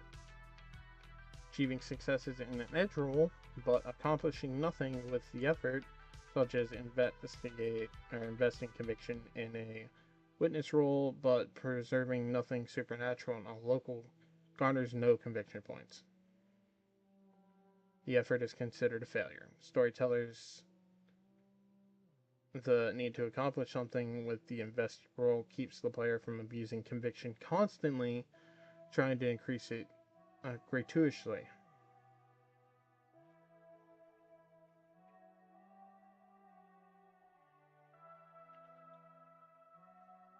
Depending on the drama or the gravity of the situation in which the conviction gamble succeeds, the storyteller has the option of awarding more than 1 conviction point.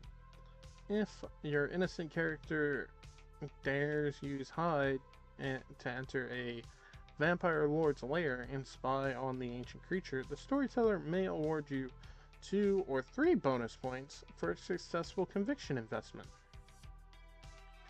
If your redeemer desperately needs proof of a monster's buried humanity before encroaching zealots destroy the creature, storyteller may award you 2 or 3 points when the conviction is risked in a successful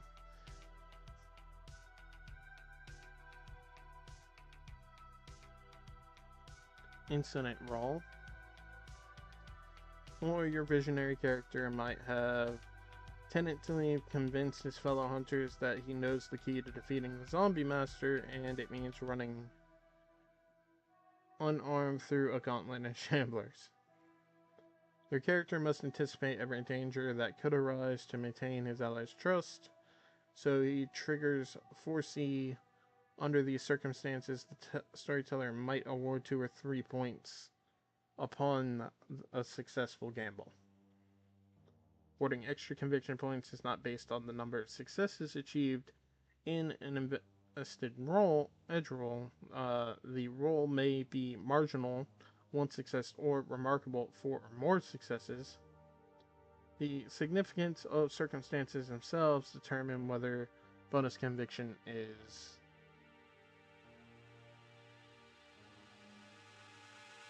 gained.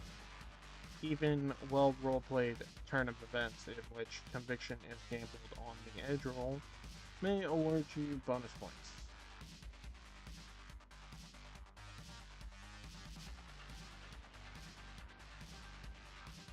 Failed gambles. If a boasted edge roll dice pool fails, no successes are rolled, your character loses all the conviction points that you invested in the roll. Record his diminishing conviction score. He loses spirit for the fight and the reserves with which he may continue on against the supernatural dwindle. It's dangerous to risk all your character's conviction points in a single roll. If it fails, he literally has no fire left to deploy against the enemy. Likewise, he has no conviction left, which to perceive monstrosity is to protect his own will or activate some engines. Accomplished by spending conviction points above. A hunter with 0 conviction is practically a normal human, vulnerable to whatever the next one is.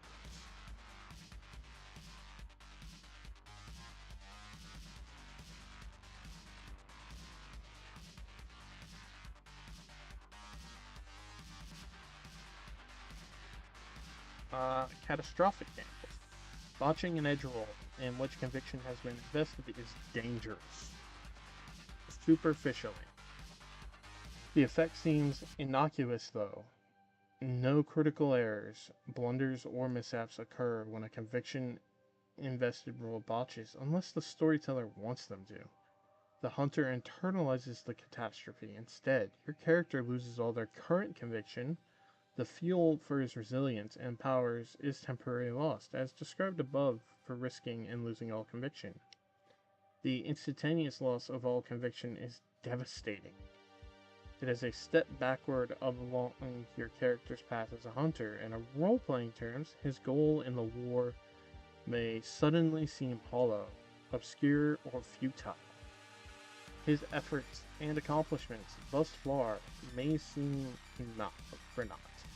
After all, don't the creatures just keep coming? Just as you give meaning to the scores on your sheet during character creation, complete loss of conviction should happen too. Your character doesn't just pick himself off, brush himself off, and keep fighting. He suffers a setback that must be overcome if he wishes to continue to survive. See Regain Conviction below. We're going to read that. Storytellers should encourage players to roleplay such a downturn. Being utterly human, powerless, defenseless, is a bleak reminder of how far a hunter has fallen when monstrous things poison him.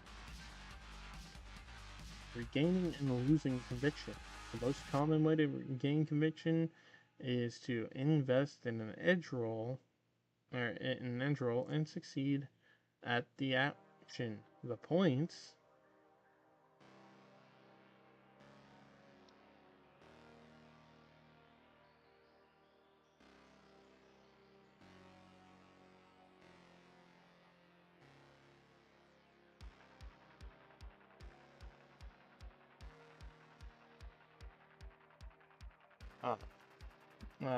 the points risked are kept and one or more is gained.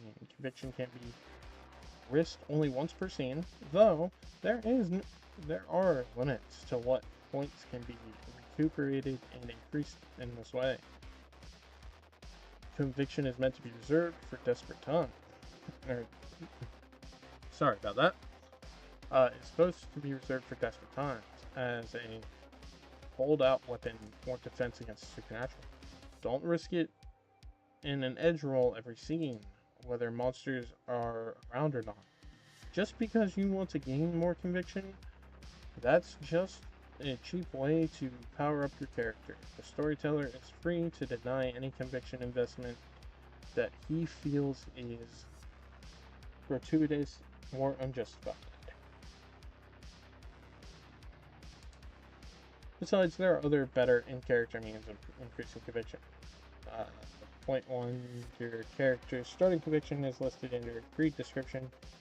If his conviction rating ever drops below that level in the story, it returns to the starting level at the beginning of the next story, or even in-game session if the storyteller is generous.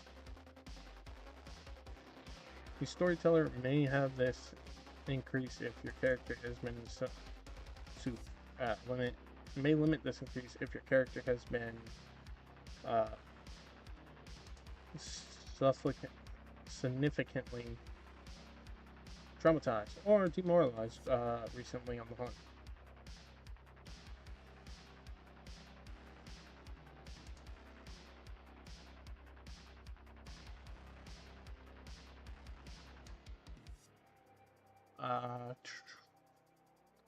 Crippling setback can paralyze your character for some time. A long period of inactivity against the supernatural can limit your character's starting conviction before a new story.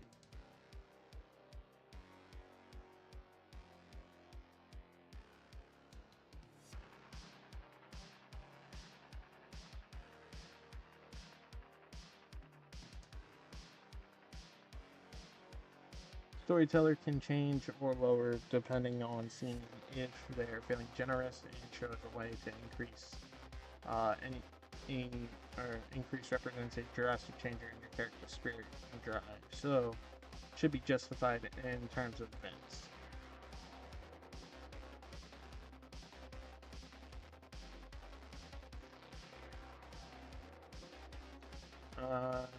So your character could accomplish significant feat in keeping his hunter agenda or primary virtue. They do so by mundane means without using edges. Maybe having very low or no conviction reminds your character of human fragility, and the empathy reinvigorates his passion for the hunt. Although heavy-handed, perhaps the heralds are not yet ready to sacrifice their soldier, and they bolster his conviction.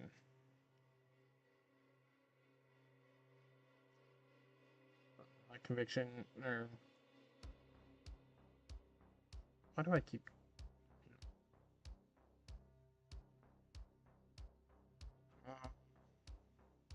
You can regain conviction from performing an amazing feat against a night creature or using your edge in an inventive way. With storyteller's discretion.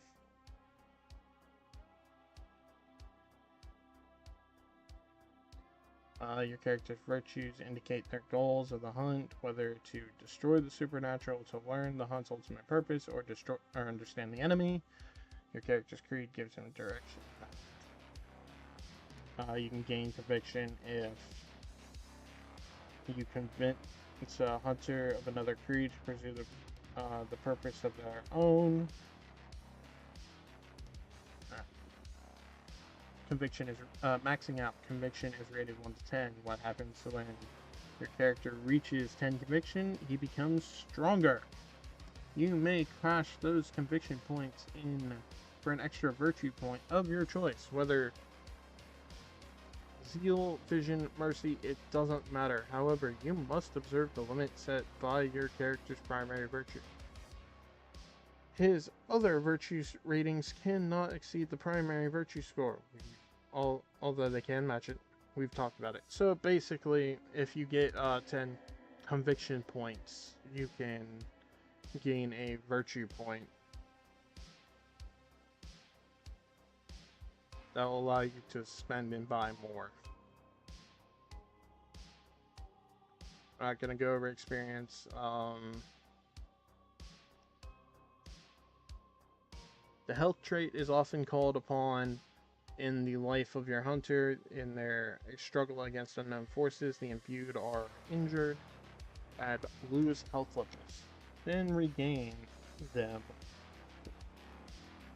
when they heal.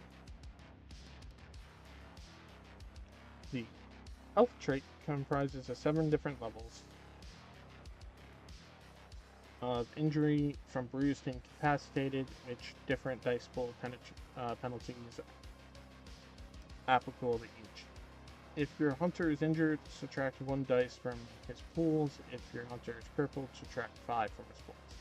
If these penalties leave your character with no dice in a given dice pool, he cannot perform that action. However, your hunter may summon up his reserves. You may spend probably a conviction point, or a willpower to ignore the penalties for 1 action. Your character incapacitated is left effectively semi-conscious by his injuries and can only observe his surroundings or whisper to another character.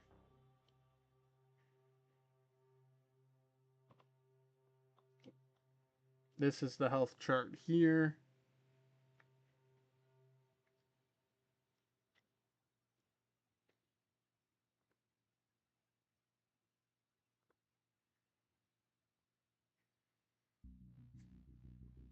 Bruised, slightly battered character suffers no movement and dice penalty.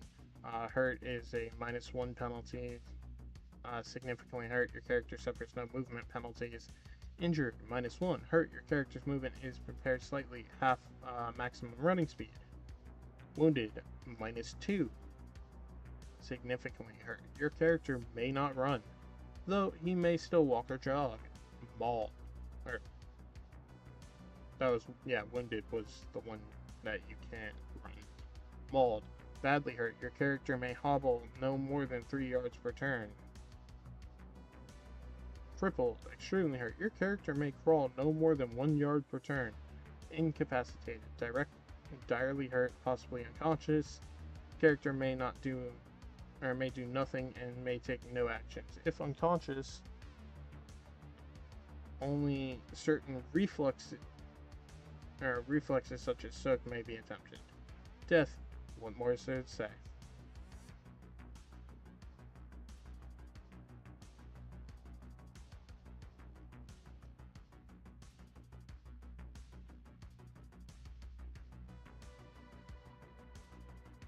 So we have our experience cost table here. The awarding experience points is for DM stuff,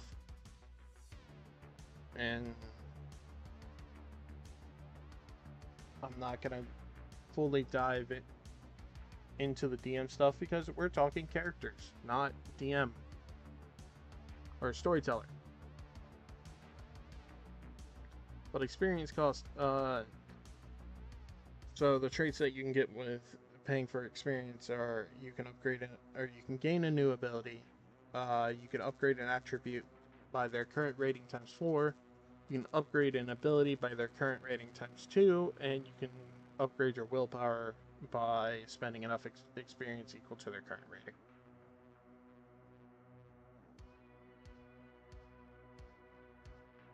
Keep hitting the wrong button, that's why it keeps jumping.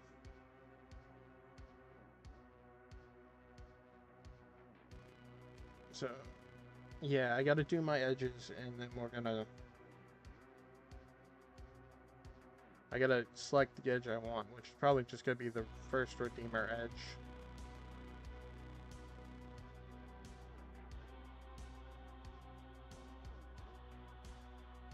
Then we'll go on to talking about merits and flaws.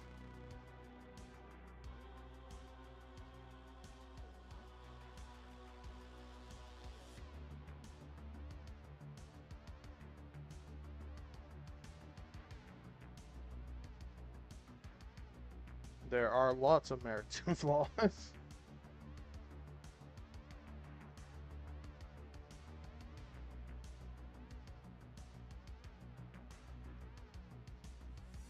So I may not read every single one of those. I'm probably going to go through them, read the ones out that I'm taking, and if you can read the book from your screens,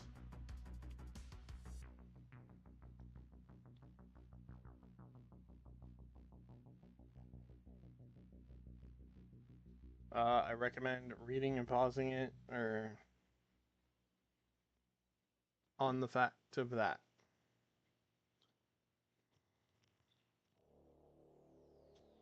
Actually, more than likely, I'll read what merits and flaws are and what they do, the basic category, but I'm not going to read out every merit and flaw.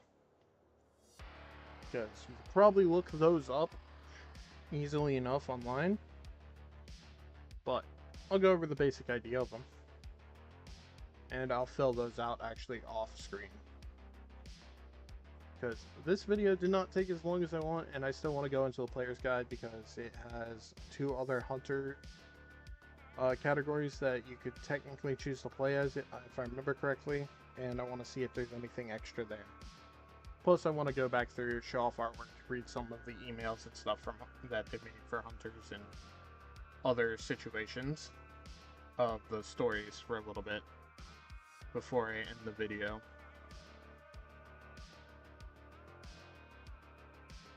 Why do I keep doing that?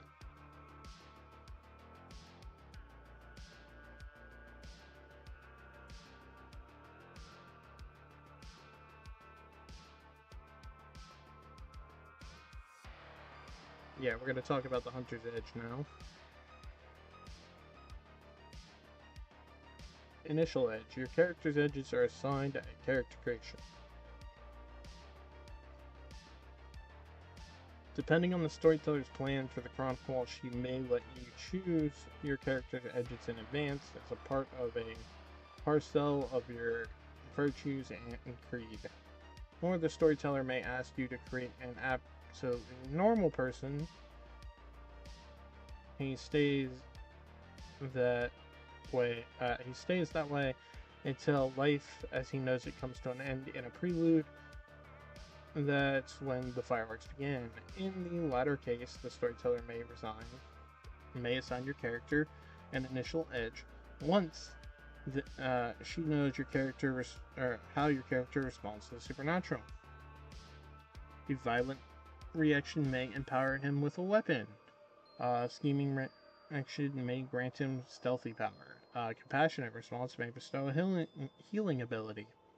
Your character might not be able to realize that he wields or utilizes the power in the moment of truth. The prelude is over. It's almost as if a divine hand reaches down and reveals to your character a gift that he always had. He simply never knew he had it.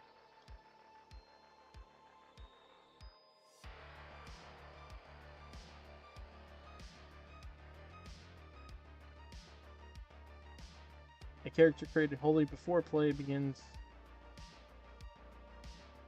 has a similar experience. That power manifests spontaneously during a prelude and helps the character fulfill the foremost goal that he sets out to accomplish in the presence of evil. After the prelude,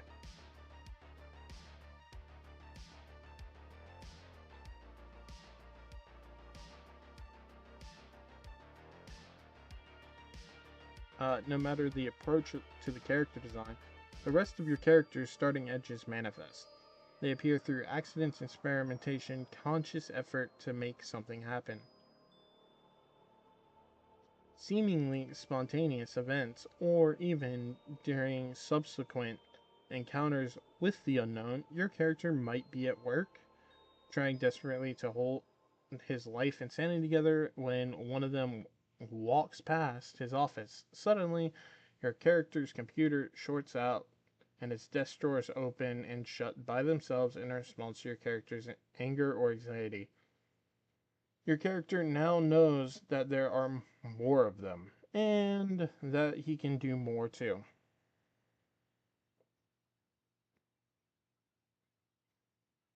We're going to skip that last paragraph for that section. Gaining more edges.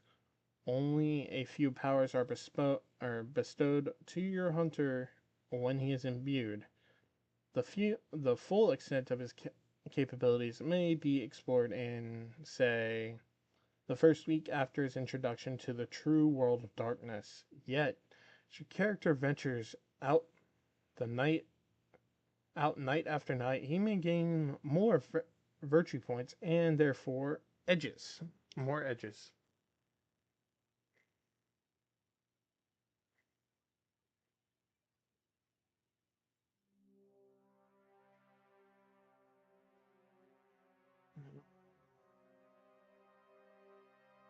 Alright. The storyteller has a choice in how to handle the emergences of new powers. She can let you choose your character's new edge, or she can choose it for you based on your character's identity and the course of the chronicle. But withhold knowledge of the power from you until a dramatic moment for it to manifest. A second approach is more in keeping with the hunter experience. Your character never asked for this world or existence, and yet it's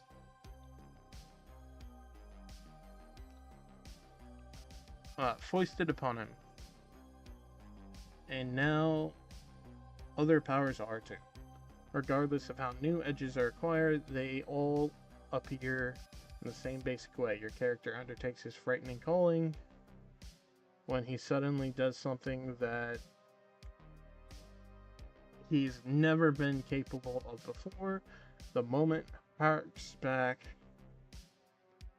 to your character's prelude and how you may roleplay a flashback of sorts to that scene. Perhaps old fears wash over your character, or he feels infused with the same energy to drive to accomplish the seemingly impossible.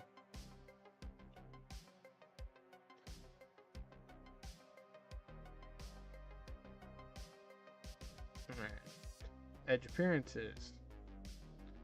Hunters who doubt their own humanity base their concerns on who can see edges in use and who cannot. Your character can see the efforts of his powers, a bright light emanating from his fist, a gray fog billowing from his mouth, his wounds closing right before his eyes. Hunters can see and understand each other's powers in action too. The same is true for all supernatural creatures that hunters oppose. They too see the lights, the fog, the amazing healing. If a conviction point is spent for your character, see conviction, page 132, we're past that. You can see supernaturals in all their glory. Those hiding in plain sight, the horrific man beast that Sandy tells him to flee, and the spirits hiding within human shells. So again, the question, how are the hunters any different from things they fight? Normal, everyday people cannot see edges at work. Their minds apparently cannot fathom the events that occur before them, and so they find rationals for the things that happen. Humans see no blades of light, foggy breath, or regeneration. They perceive images that their sheltered minds can handle. That man has a flashlight. Is there some stage show going on? That blood is fake. Ironically, there are the very things your character used to say in such spectacles before the scales fell from his eyes.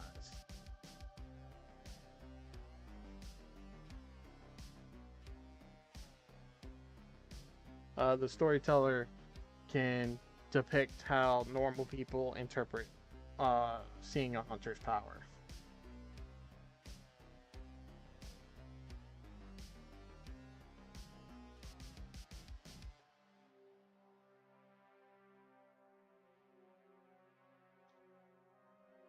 Triggers. No two hunters activate their edges the same way. Even if they seem to have the same power, some people need to get significantly angry to manifest desired edges. Some think back to the moment when they were imbued and call upon the same emotions to summon the edge they need. Others learn to trigger their powers by saying certain phrases, a trademark of sorts. Hunters who wrestle morally with their powers may need some prop, such as a religious icon to activate edges, items through which powers are used. Your character should have his own triggering mechanisms. He may have one that grants access to any edge he possesses. Each power may have its own unique trigger, meaning means of calling upon unique powers may not develop until your character has had a few encounters with the unknown. Or triggers might come to him naturally from the very beginning. No matter the form of your character's triggers, its style should be consistent with their persona you've created. A religious hunter might simply ask, "God, please help me." A determined avenger might goad his opponents into attacking first to make him significantly mad. Oh yeah? That's the stuff I'm looking for. An uncertain innocent might hold out an object, probably unassuming as the conduit through which his powers take effort. Please don't make me do this. The choice of trigger is yours, but make sure it suits your character's identity. Please don't. Hunter the Reckoning is about normal people confronted with the hellish world populated by demons and absolutely ignorant human cattle. Awareness of this reality is mind-numbingly oppressive. Your character can't turn to anyone but his own meager kind of support. But he must save everyone he cares for, none of whom understand him or even think him sane. No wonder so many hunters are borderline suicidal. All that said, this is not a game about superheroes. No. One dives into evil hordes headfirst and emerges unscathed, even if your character is lucky enough to avoid physical scars.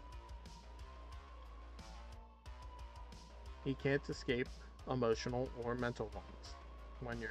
When you create and roleplay your hunter character, you ask yourself, how would you deal with this burden? If your sister died, you attended her funeral, saw her interred, how would you react if she showed up at your door, disheveled, nails hideously long, and ichor spewing from her mouth? Would you leap about, shout four-color platitudes, and blast away? You'd shit your pants. And if and when you finally force yourself to accept that your sister is dead, but at large, you might set out to face her. The most courageous and insane thing you've ever done. That's the kind of reality your hunter character deals with day and night. Try to be true to it. Edge names. The following descriptions of the powers available to hunters. They are presented in the terms of virtues and the then creed paths, mercy, vision, and then zeal. With edge paths detailed under each.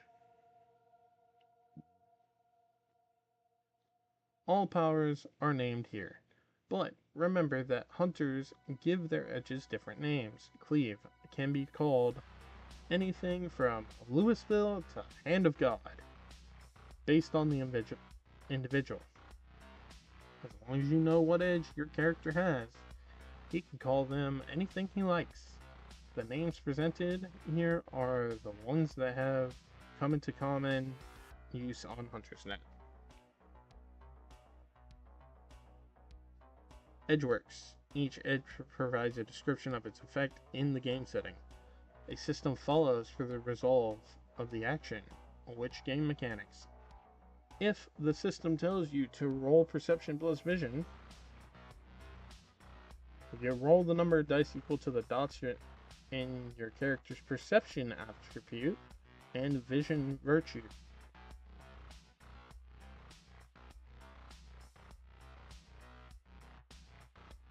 The unique combination of traits that's specific to edges, the difficulty is set by the storyteller, but the average is 6. Such rolls are edge dice pools and can be invested with convictions. We've already done that. To add even more dice. Most edges can be activated spontaneously with no effect on their actual use in turn. Some edges, particularly powerful ones, require conviction expenditures to be triggered. Conviction points are spent to use the edges. These points are not counted toward any conviction that you may want to risk on a power, thus increasing the size of any edge dice pools rolled. And it's just a lot of telling us what we already know. I'm not going to read the power scale. Mercy. Advocates of Zeal explain that the war between humanity and monstrosities has two sides: perpetrator and victim. By their definition of humanity, yeah, we're just gonna read this.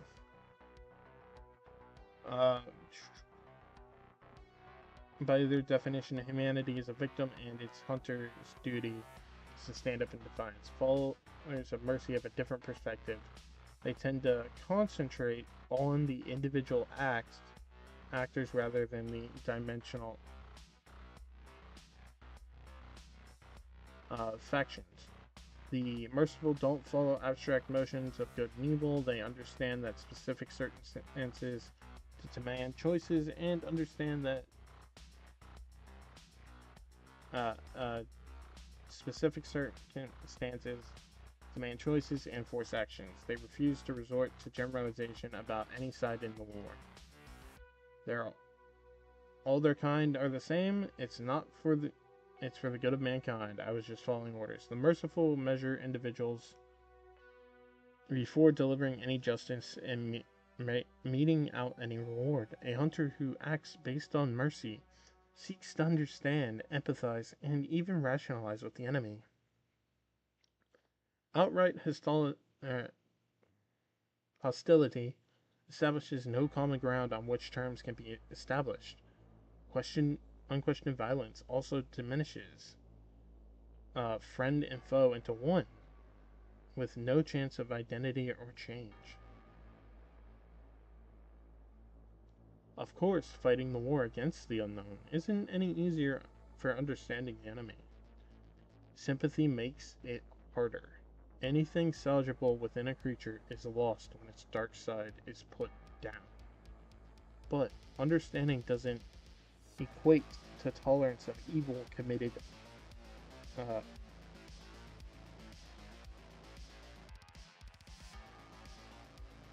wantingly. Sympathy isn't grounds for a stray execution for the self-proclaimed murderer.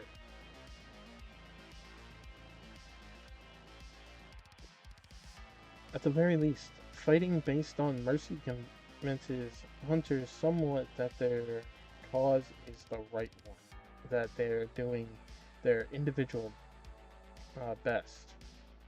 If your character's instinctive reaction upon the viewing is to save innocent lives, to put herself in harm's way, or learn the horror's interactions, she may be a follower of mercy. Okay, basically what these is, it's just kind of rehashing what mercy, innocent. Oh, these are the edges. I'm gonna have to read all these. That's fine. Innocence. The path of innocence. Although many innocents are young, there is no age restrictions. Hunters on this primary path answer the call, but do so with no preconceived notions. More than any other hunter, innocents deal with the immediate present, without holding grudges.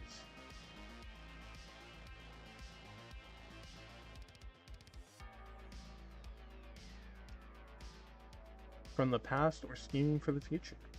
Like other Mercy Paths, they recognize kindred spirits in monsters, beings with horrific powers and terrible lives foisted upon them. Whereas the martyr hates what he sees and the Redeemer wants to change it, the innocent looks on without judgment.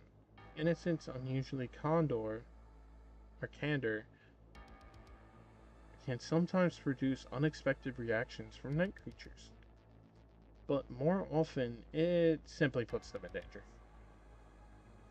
Who else could ask a monster a direct question and expect a straight answer?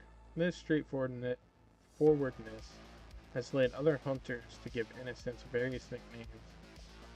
Some meant kindly, cherubs, other less so.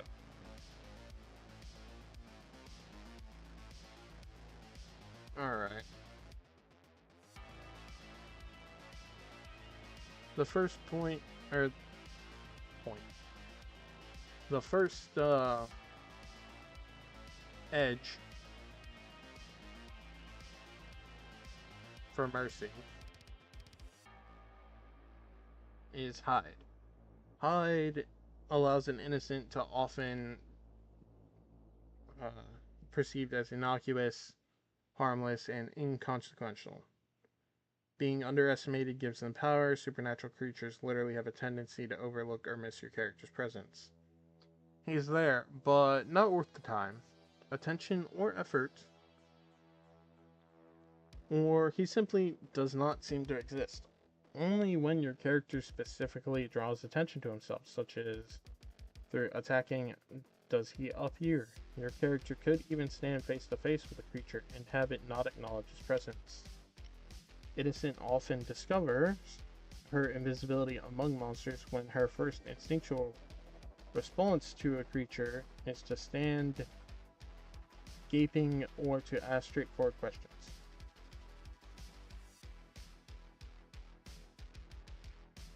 Creatures either take no notice or their attention must be actively attracted. A rampaging monster that completely bypasses a blatantly obvious innocent is also a hint that hide is in use. The system for hide is roll wits and mercy, difficulty 6, a perception plus alertness roll, difficulty 6 is made for each monster in your character's presence. A single average roll can be made for a group of monsters. The difficulty is reduced for creatures with extraordinary senses such as smelling or hearing, or for creatures that are especially old, powerful, or wary. If your character gets more successes, he goes unrecognized. He is seen normally if the enemy gets more successes. This ability lasts for the scene that it was activated, and it does not work on other hunters or normal humans. It does not function when the user is incapacitated supernaturals perceiver characters in mobile form. Innocent's second ability, or second edge, is Illuminate, or second level edge, is Illuminate. This edge makes it possible for your character and fellow hunters to identify supernatural creatures. Not only does it indicate that their beings are inhuman, it suggests what kinds of creatures they are. One drawback to Illuminate is monsters seem able to perceive its use and can tell which human generates the effect. The system is roll. You would roll perception plus a mercy, difficulty 6 if you get any successes. Your character and all the hunters in her presence perceive any supernatural creatures in the area. The effect duplicates and replaces the need for hunters to spend conviction on the second sight. See conviction. We've already done that. Furthermore, this edge allows all affected hunters to recognize the true nature of creatures that otherwise appear normal. Warlocks, the recently deceased, shape changers in human form, these beings seem to be outlined in nimbuses of variant color. Note that Illuminate does not confer any of the resistance to the mind or body that the spending of a conviction point does. Illuminate lasts 10 minutes for each success rolled. Duration can be extended for 10 minutes for each conviction point spent. The power can be deactivated at will and shuts off if the user is incapacitated. Creatures exposed by Illuminate perceive the wielder as the source of bright light. She is clearly the one revealing monsters. Use of Illuminate undoes hide. Alright. Path of Innocent, third edge. Radiate. If there were evidence that hunters are of divine origin, this is it. Or at least this edge could be used to justify claims. This power is activated. Your character radiates a white light that impedes the supernatural attacks. People protected by this field appear blurry and indistinct to the eyes of unnatural creatures. The light itself is distinct to hunters, but otherwise has no effect on them. Whether they're inside or outside the aura, monsters that do not rely on visual sense are still confused and disoriented by its power. Its system is Stamina plus Mercy, difficulty 6. Anytime a supernatural creature attacks a radiating target, the difficulty of the attack is increased by 1 for each success activated in your edge roll. Dang, that can be insane. Because if you just get lucky enough to roll plus 6. Now they have a difficulty 12 or difficulty 9 plus 3 extra successes.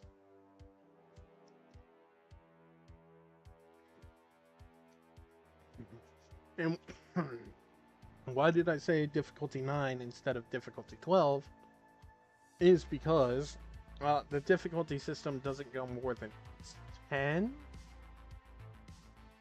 but the DM can determine whether you need to make a certain number of determined successes on top of that. Already.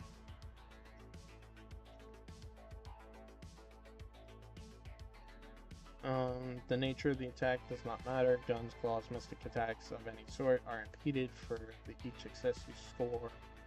After the first, your character may also project his light to include one additional person within the aura. That person must be standing within Mercy, in yards of your character. Alright, cool. That's just a protection wall. That's actually pretty cool. Fourth dot is Confront. To use this edge, your character must meet the creature's gaze directly, and make no attempt to avoid the monster's attack. Even though your character is a sitting duck, striking her becomes terribly difficult. Though few creatures who've been subjected to this power and are willing to discuss it say that strike becomes emotionally impossible. The hunter seems to embody everything that is, or that ever was pure, important, valuable to the attacker. Perhaps even dredging up emotions the creature had fought and lost for centuries. Striking or acting against the hunter seems psychologically suicidal, a crime of grotesque magnitude. Attackers who do force themselves to perform the reluctant action or repellent action find it excruciating. System: spend 1 conviction point and roll manipulation plus mercy, difficulty 5. For each success you get, an attacker has to spend the point of willpower to act against you or your character. Each subsequent action against your character also requires a willpower expenditure. The enemy still has to succeed at its attack normally, even though your character makes no attempt to avoid it. This action functions against only one opponent at a time, unless or can somehow be captured eye to eye simultaneously, the target remains inhibited as long as your character maintains eye contact. That's an interesting one. Level 5 of the Innocent Path of Edges. Your character can make one light source agonizing and damaging to unnatural creatures of all kinds. The degree of damage inflicted depends on the intensity of the light source. A match is irritating, a powerful flashlight is dangerous, and on a clear day, the sun is destructive. Blaze is instantaneous. Your character uses this power, and the light source in question becomes amazingly powerful for a moment. While the effect does not last, it can traumatize every supernatural creature exposed to its rays. Strangely, Blaze does not work with moonlight. Some innocent extremists with this power describe its use as sharing the true light. System. Spend 2 conviction points, then roll strength plus mercy. Difficulty 8. Even one success inflicts the lethal damage dice listed on the following chart based on the light source used. Light source, match/lighter flame does 1 damage. Torch/small flashlight plus a flare is 3 damage. Large flashlight and car headlights are 5 damage. A bonfire is 6 damage. Spotlight or searchlight is 8 damage, and the sun is 10 damage. Just instant 10.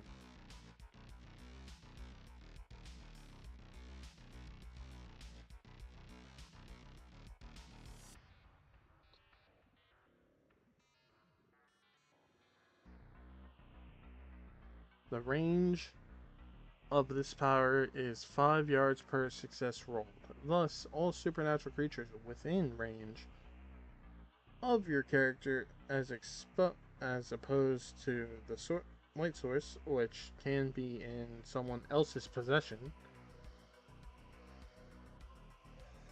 With this power is used to suffer searing pain. If you score 4 successes on your edge roll and your character holds a flare, 3 damage dice, you roll 3 lethal damage dice against all supernaturals in 20 yards for your character, or against those within range that are caught in a beam of light. Many artificial light sources are directional and can be pointed at only 1 or 2 targets at a time, as a rule of thumb. Using Blaze with a flashlight allows your character to harm 3 creatures at most. If they're standing close together, targets do not have to be physical. Spirits and ghosts are vulnerable too. Oh, that's a nice ability. It's a level 5 ability, which takes forever to get, but it is a decent ability.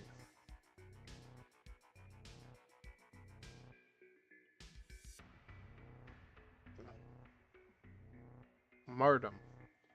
So we're going to talk about the Martyrdom Edge Path now, and what abilities they get. Martyrs are compelled to destroy the unknown and the monstrous, but they can't escape the knowledge that their quarry has or had human feelings just as they do. Avengers have a definite us/them mindset. Martyrs don't have that luxury. They understand all too well the emotions and motivations of the intolerable.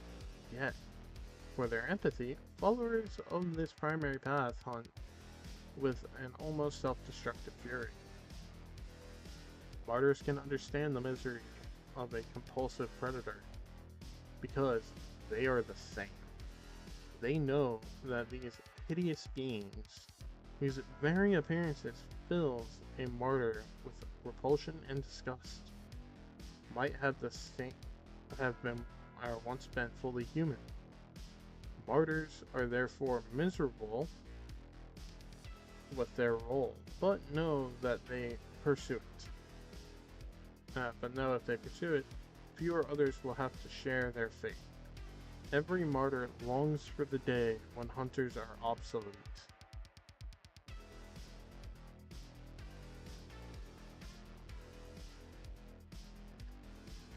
Alright. Point 1 in martyrdom. Martyrs, by definition, are willing to hurt themselves. This ability is called demand. Martyrs, by definition, are willing to hurt themselves to save another's life or to hurt an enemy. This willingness can chase even Pyrrhic victory is reflected in demand. Your character is willing to exhaust himself in a desperate bid to accomplish amazing deeds. He puts his all into an action and receives might born from purity of purpose. Martyrs' willingness to sacrifice themselves simply invigorates them with energy and power. System. Your character can perform an amazing feat of strength at the cost of his own health. Mark a level of bashing damage on your character's health chart. The damage cannot be soaked. You can now add mercy to strength for any roll or action performed that turn. Whether it be a roll to inflict brawl or melee damage, an effect to lift an object, or a strength plus athletics roll to perform a stunt. Willpower cannot be used to further bolster this roll, although conviction points can be risked in any strength-related roll made. If demand is used to increase the damage inflicted with an attack, your character must suffer a bashing health level before the attack is made. If it fails, the health level is still lost, even though no damage roll is made. The punch or swing is still potentially devastating, but doesn't find its mark. Demand cannot be combined with other attack or physical action based edges in the same turn. Witness. This is the level 2 edge for the Martyrdom Path. Witness allows your character to recognize the nature of supernatural creatures in her presence. It also gives her a glimpse of specified creatures' relationships with mankind. System. This edge expands upon the capabilities of Second Sight. We've already talked about Second Sight. A creature that seems wrong with Second Sight, but not in any perceptible way: a warlock, a shapechanger in human form, a bloodsucker imitating life signs,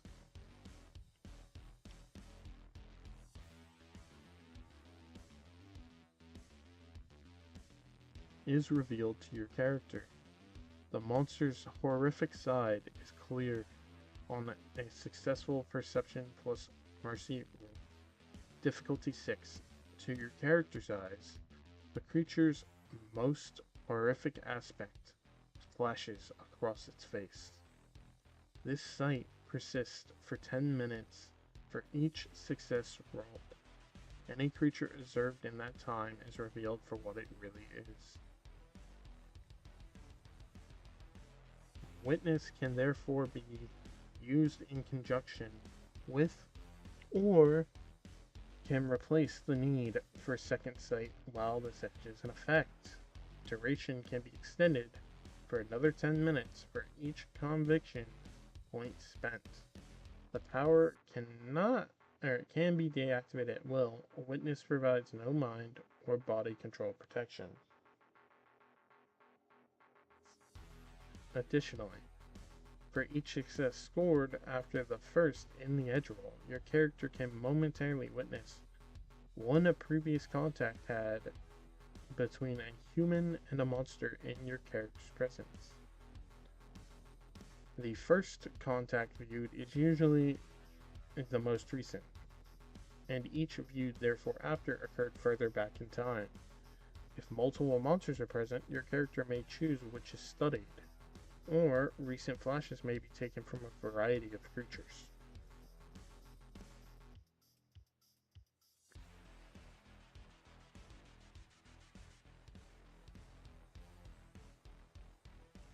Visions might reveal attacks such as feeding, or could reveal a passionate or poignant meeting. Depending on who was contacted,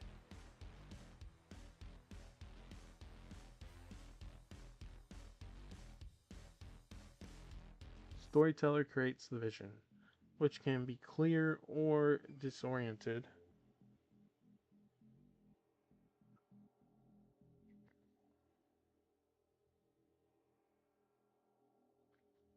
Um, shoot. Oh, storyteller creates the vision, which can be clear or disoriented. Participants may be obvious or confused. The image is visual only and is virtually instantaneous. Sometimes such visions suggest regret or even mercy in creatures' attacks, a hint at their true nature. Witnesses seem to conjure no images on humans, or of humans, or hunters' acts, but it does for those people who possess powers or gifts bestowed by unnatural creatures. Finally got a text map.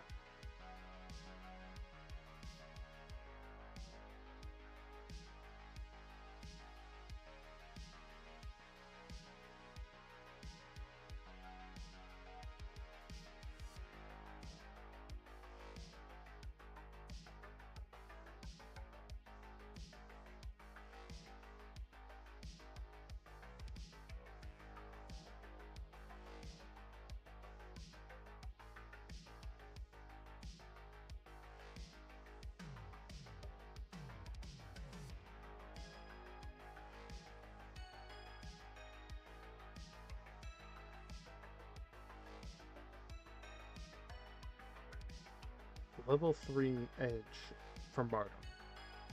Ravage.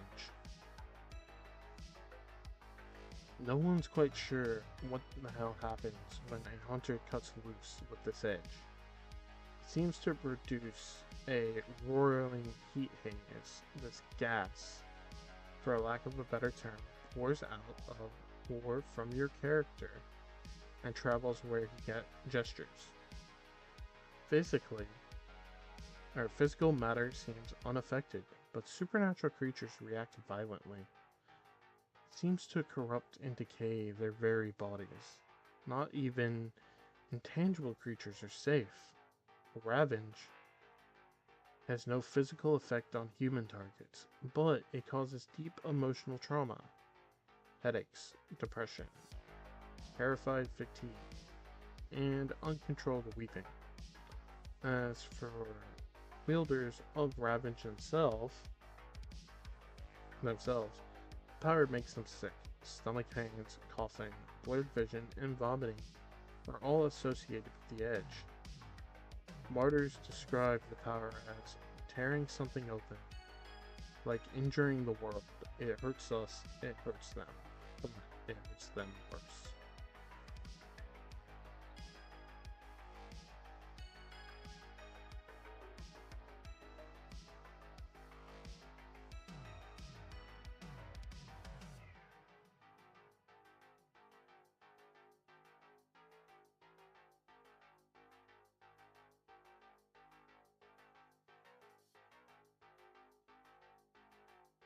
We are about 5 minutes out again from another break, so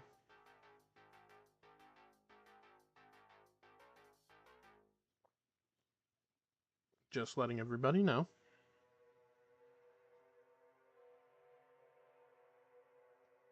System. Role manipulation plus mercy. Difficulty 7. Range is your character's mercy in yards. If the target is human, the number of successes rolled indicates the number of turns that person is stunned with horror. He suffers no physical damage and can still dodge or flee, but cannot attack your character or anyone else.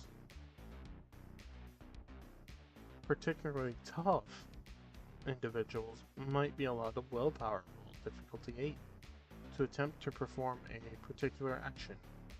Another hunter targeted by Ravage goes unaffected if his conviction defense is active.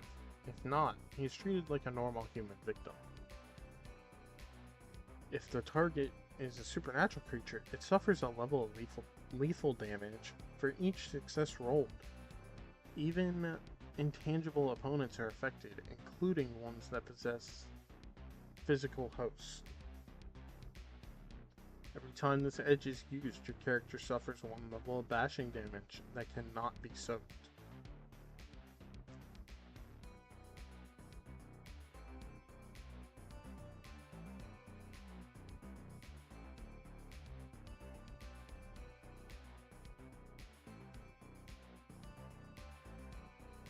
Level 4.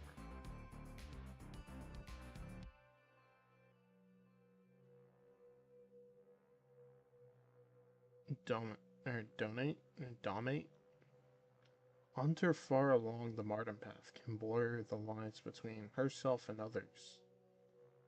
Her sense of self becomes so diffused that it's possible to lend that self to others for their use.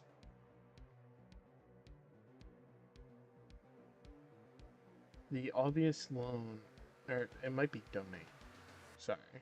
The obvious loan is physical potence or speed, but less tangible capabilities can be donated as well. One martyr has likened the experience to another person walking a mile in her shoes while she's still in them. Your character can make this loan to any willing person whom she can touch. The exchange is immediate, though not always complete. If physical qualities are lent, your character is weakened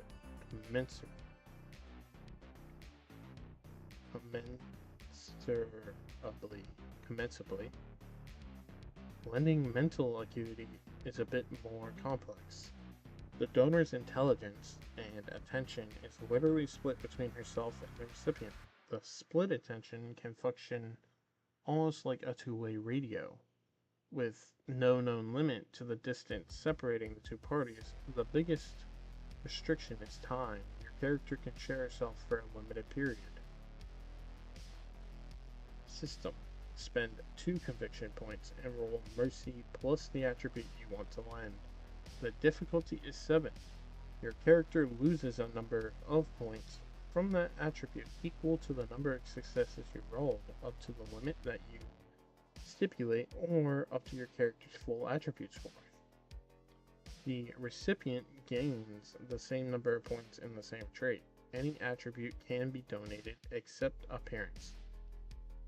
No other traits, abilities, backgrounds can be conferred with this edge, and no more than one attribute can be shared at a time. Donating physical attributes is fairly straightforward. Your character's rating is reduced, while the subject is increased. If mental attribute is shared, the two characters can speak to each other telepathically for the duration of the donation. The recipient can use your character's mind as a sort of parallel processor. The social attribute is donated. Telepathic communication is not possible, but both the people have a vague sense of how the other feels emotionally. If your character donates all of one attribute, she passes out and remains unconscious till the edge wears off, as you as a player may continue to advise the recipient in terms of the trait shared. And as far as the storyteller allows, you can contribute solutions to problems if wits is shared. or suggest emotions to play upon in social situations.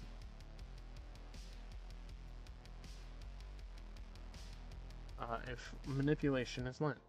But you probably can't advise another player how to do research in either case, because intelligence hasn't been shared. The duration of the donation is determined by the following chart. Successes rolled. 1 to 2. Duration is 2 turns. If 3 or 4 successes are rolled, it's the rest of the scene. If 5 or 6 successes are rolled, it's 5 hours. 7 or 8 successes rolled, it's 1 day. And if 9 or 10 successes rolled, it's 3 days.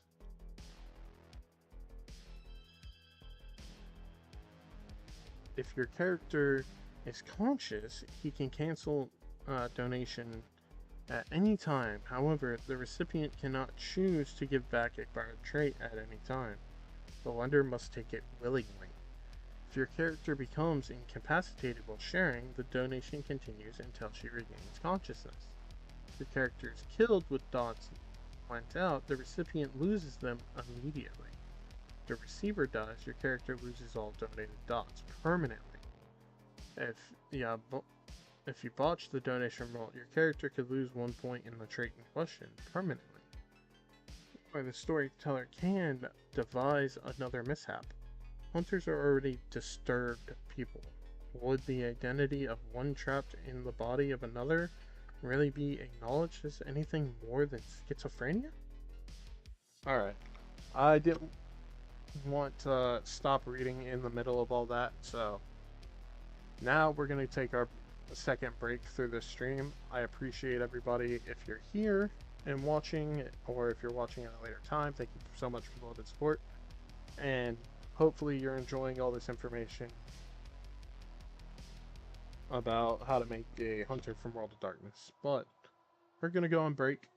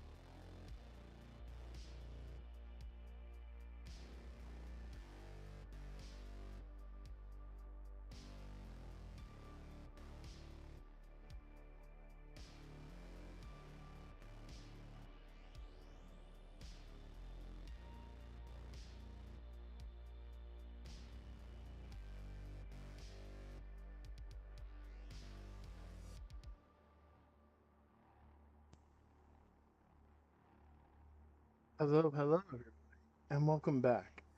We are finishing up our second break for the stream.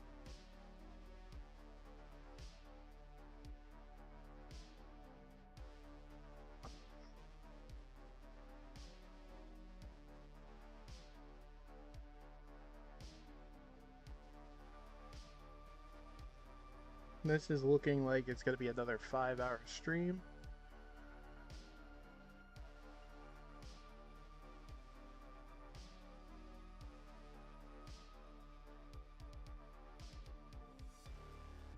Which is fine, because it allows me to read everything out to everybody and allows a bit more of understanding.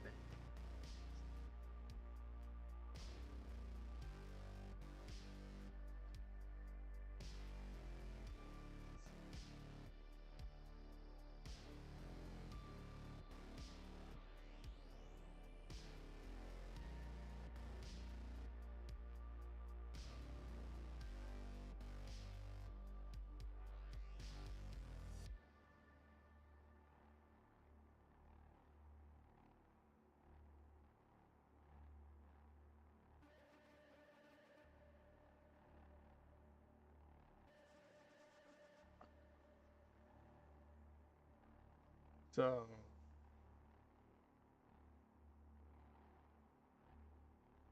Martum, ability 5 for the path, or the edge. Payback.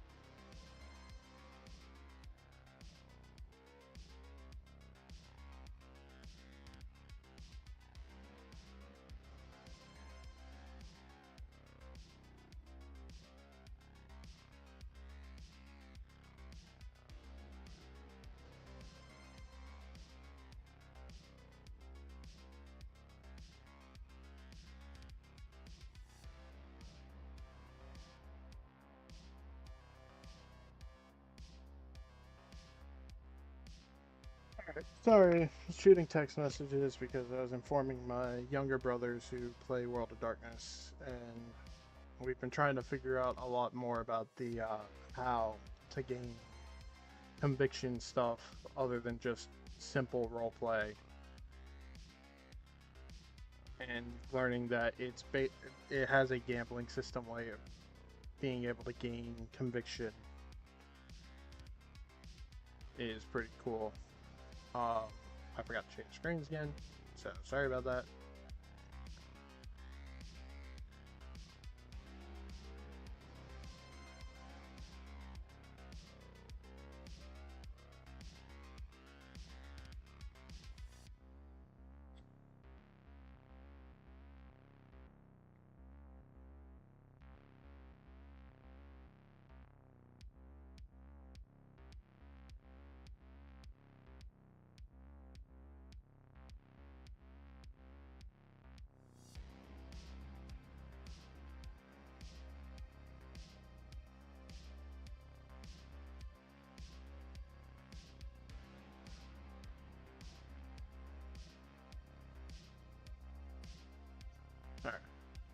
So yeah, we're gonna go to Edge level 5 for Martyrdom Payback.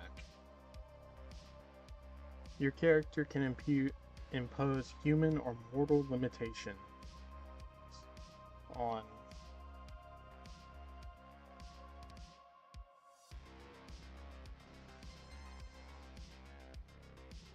inhuman opponents. He can also rob such beings of their powers. All your hunter has to do is lock his gaze with the supernatural enemies and concentrate on a specific way he wants to cut that being down to size. The martyr imposes a righteous moral punishment upon the creature.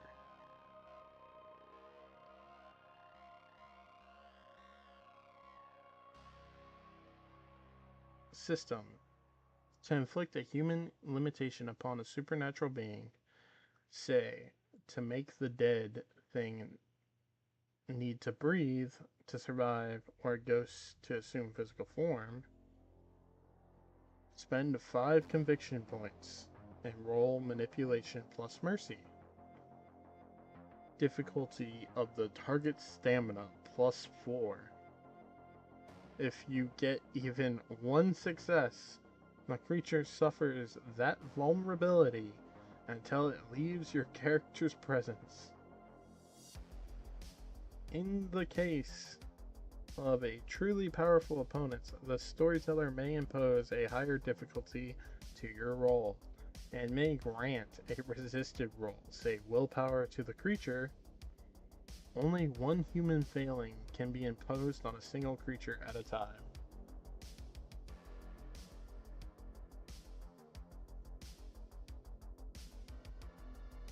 The circumstances and the storyteller often determine the immediate results of making a supernatural mortal again. Food, not blood, might be required for sustenance. Human form might become the only one a creature can assume. A spirit might become as physical and fragile as he was in life.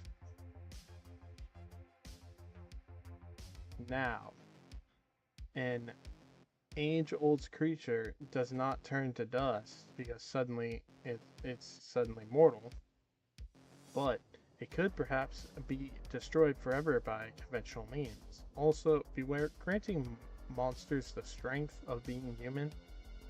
What bloodsucker would not relish withstanding the sun again? She might even ensure your character's constant presence by capturing. This power can also be used to deny a creature use of a certain supernatural power. To do this, you have to specify what the beast is prevented from doing. I want it to stop moving so fast. I don't want it fading away again.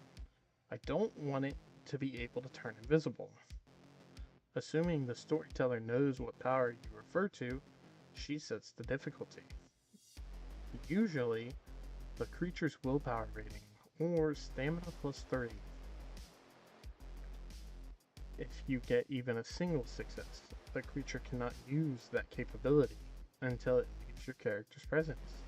Only 1 power can be denied a creature at a time, and a monstrosity cannot be assigned a human weakness and stripped of a capability simultaneously.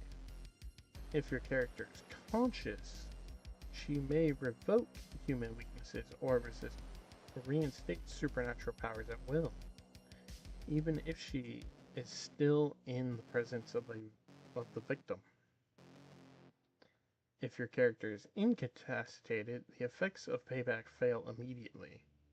And of course, if the creature manages to leave your character's presence and return, all bets are off. Payback must be used again to impose human frailty or strip a monster the same power previously removed.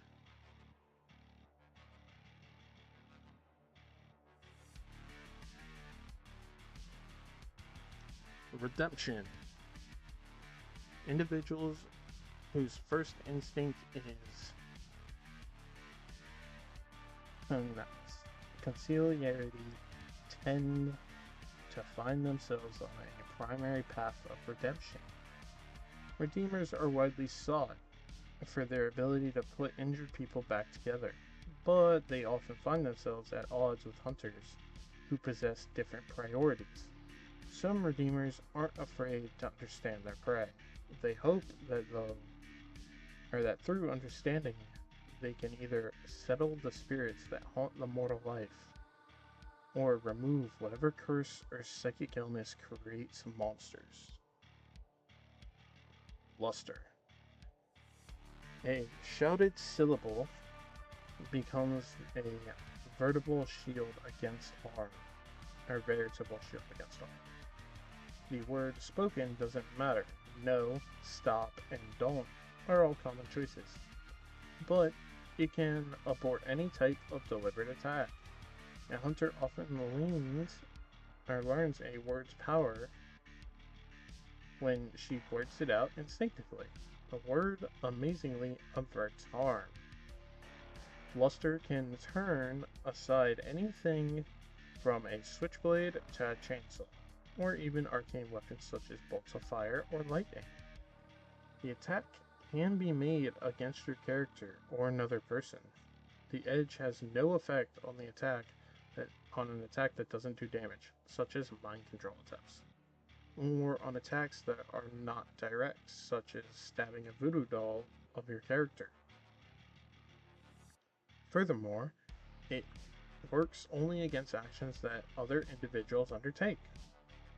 It can protect your hunter or another person from being run down by a car, but even if the driver is careless and not actively violent, it cannot stop an avalanche. It cannot stop an avalanche or a natural bolt of lightning. System. Roll Wits plus Mercy, difficulty 6.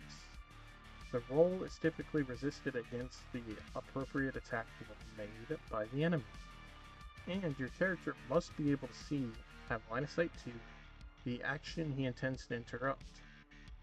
The edge can be used in a turn at any time that a defensive maneuver, dodge, parry, or block can be in fact. Luster should be treated like a fourth form of defense for system purposes. The same mechanics apply. See defensive maneuvers on page 192.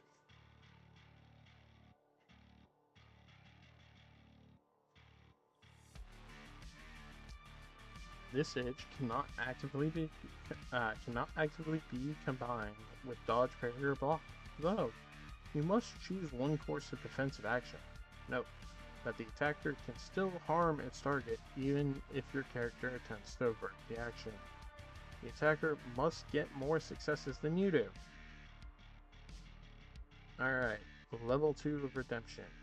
But this is where my character's going to get his stuff.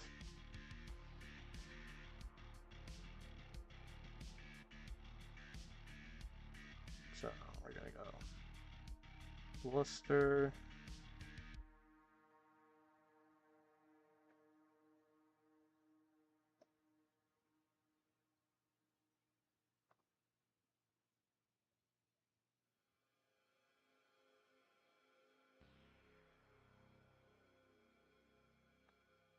We're gonna go. The creed is redeem. This is the level 1.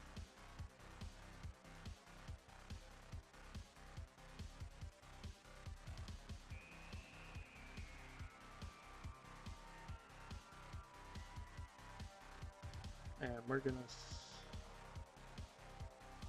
use a command phrase.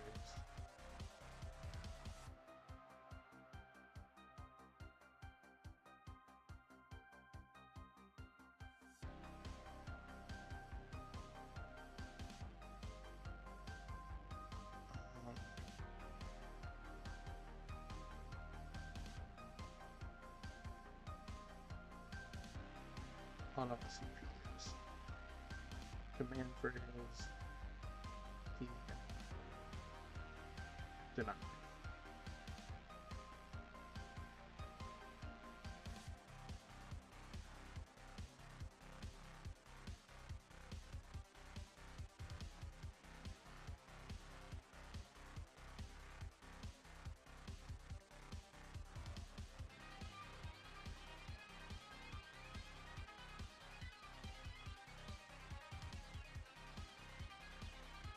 And that uses one of my virtue points.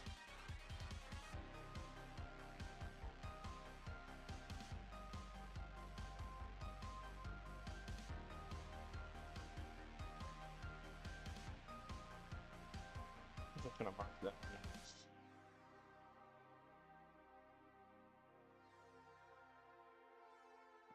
Alright, level 2 of Redemption.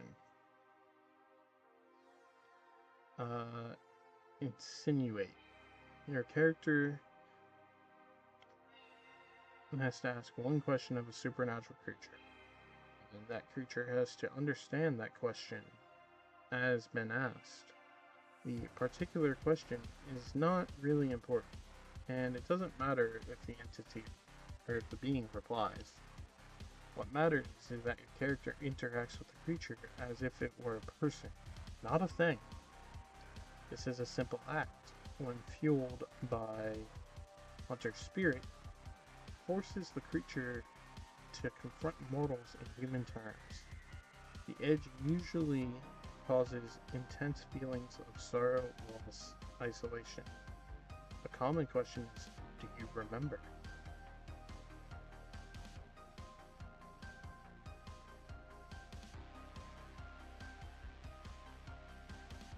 System. Roll manipulation plus mercy, difficulty 6. Each success adds 1 to the difficulty of the supernatural creature's next intended action. The feat becomes challenging as the being is confronted by forgotten memories, wounded feelings, and desperately suppressed compassion. With a spectacular number of successes, the target may undergo a substantial shift in behavior. Even an undamaged creature who is winning a fight may flee rather than have to face the emotions raised by Insinuate. The specific psychology effect, or psychological, effect is this edge depends on the creature confronted, of course. Spirits experience a taste of what life was before they perished. The bloodsuckers are reminded of their lost mortality. Other creatures may have visions from the lives of people they've slain.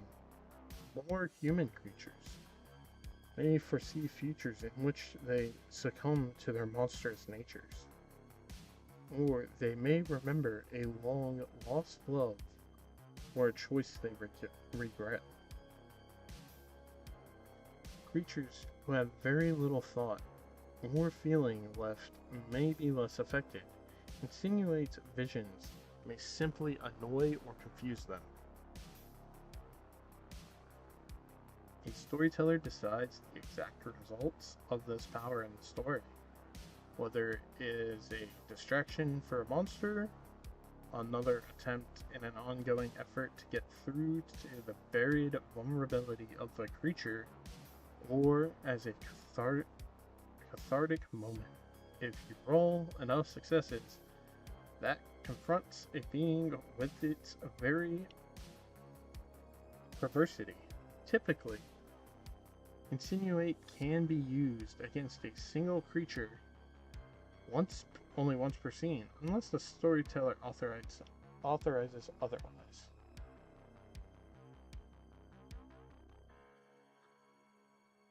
Level 3. Respire. Also called the Kiss of Life. This edge allows your character to heal a person by breathing into her mouth.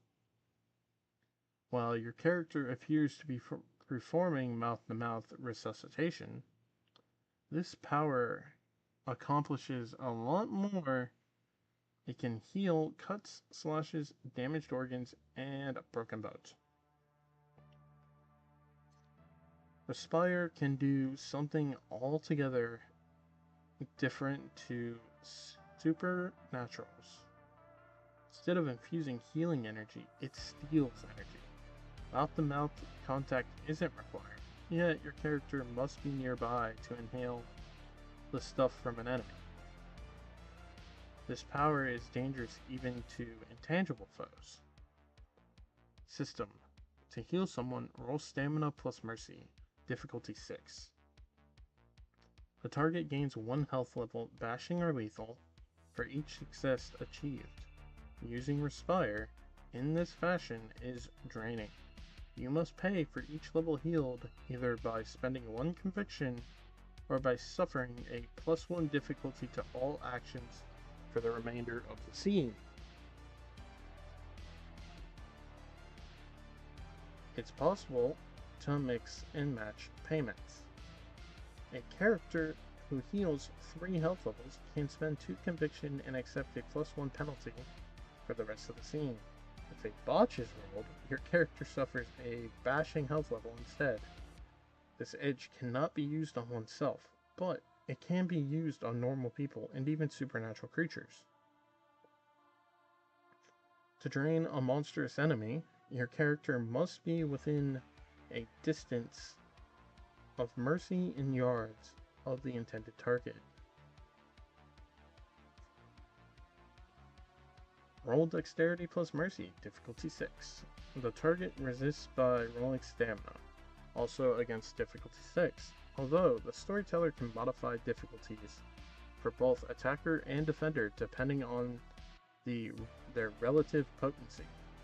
A simple hunter may be hard-pressed to exhaust an old age ghost.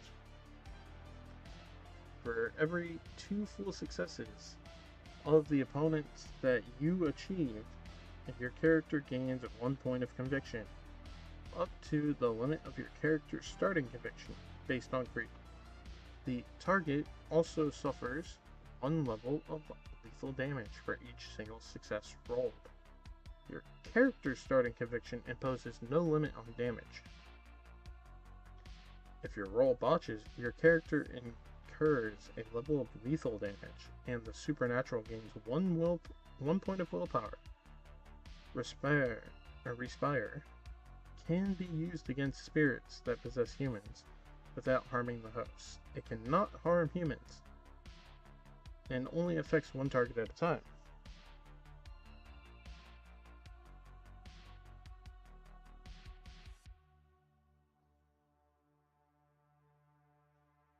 Level 4. Be calm. A Redeemer radiates his inner calm and tolerance, as if it were an energy form. The edge has 2 simultaneously effects. The first is physical.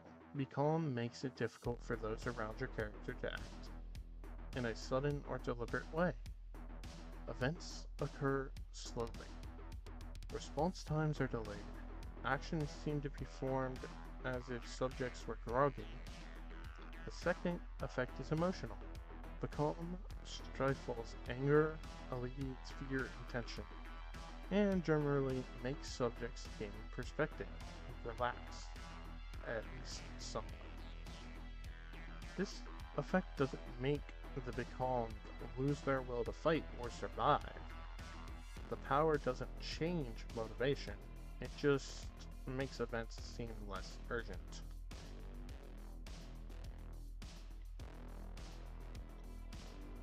Be calm does not affect normal actions such as speaking or moving slowly, as long as those actions do not have explosive or violent results. System. Spend 1 conviction and roll manipulation plus mercy. Difficulty 7. The effect lasts a number of minutes equal to the number of successes during that time. Anyone who tries to perform any sort of violent attack or sudden movement has to make a stamina, strength, or dexterity roll, whichever is highest, difficulty 8, per action. Even pulling a trigger is affected for the outburst that results. The effect extends 5 yards in every direction for each point of mercy your character has. In addition to interfering with or stopping fights, this edge can be used to halt physical seizures or hysteria fits of any type, and can bring supernatural creatures out of frenzies. Whatever the cause, creatures that hope to maintain a frenzy state despite the challenge of acting in your character's presence must make a willpower roll difficulty 8. The calm affects your character as well as any hunters or normal people in its area of development. Humans may not behave hysterically in the presence of monsters while becalmed, but they still typically forget or rationalize what they experience afterwards. This edge's effects can be terminated prematurely if you choose, and it ceases altogether if your character is incapacitated. Attacks, particularly ranged ones performed outside the effect against targets within it, are not affected by the calm.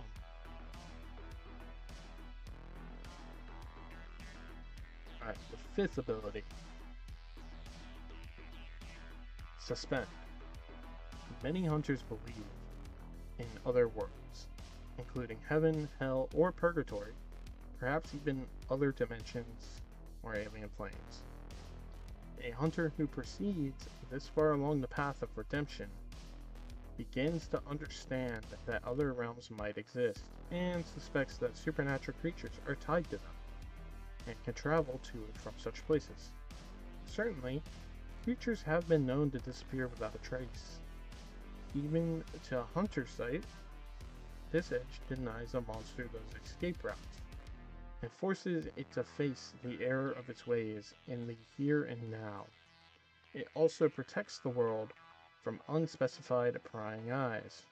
Redeemers who attain this level of dedication rarely discuss what it is they believe is watching. Users and witnesses of this power report sensations like popping ears, nosebleeds, and headaches, but also have a sense of liberation. Some fear horrendous side effects, such as keeping the souls of the recently dead from traveling to their rightful places, trapping the souls on Earth.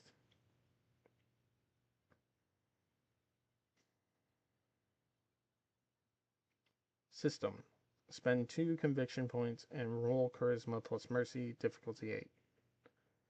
If any successes result, your character steals the material world as he knows from all other possible realms for the remainder of that scene. The barrier arises whenever your character can physically see, or wherever your character can physically see. No supernatural creature may escape your character's presence without leaving conventionally. Any power source that originate from another plane or reality, and that feed the physical world in your character's proximity, is severed.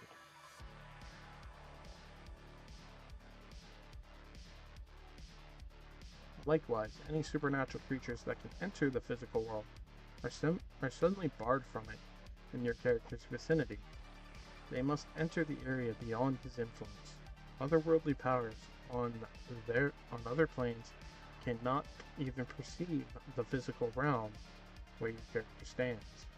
Your character may undo the effect early if he chooses, but it persists for the scene even if he's rendered unconscious.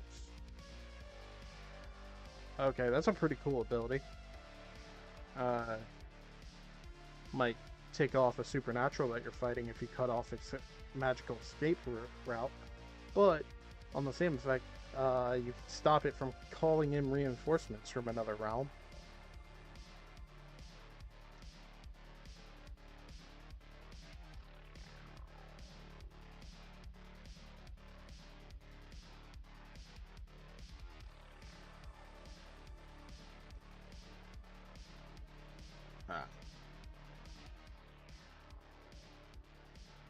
Vision. Hunters who act from zeal behave or believe that they are known, they know an obvious truth. Hunters who follow the paths of mercy believe in doing what feels right over following some personal standard. And then there are a few who believe there is yet another course. It just hasn't been marked yet. Like zealots, these hunters set their sights to the distance and try to perceive the big picture, or a big picture. Like the merciful, they are willing to consider new ideas and sensations with an open mind. Some are dreamers, some are outcasts. A radical few believe there is no truth, beauty, or morality beyond what we make ourselves. Hunters on this primary path pursue freedom for all. Rather than fight to win battles against the unknown, they fight to end the war. Visionaries don't pick one of the most obvious reactions to the call. If your character doesn't attack, doesn't intervene, and doesn't run away at her viewing, but still does something, probably something clever and unpredictable, she could be a disciple of Vision. If her first response is curiosity, you need to know what the thing is and what it intends rather than whether it should be destroyed or pitied. She sees the forest and not the trees.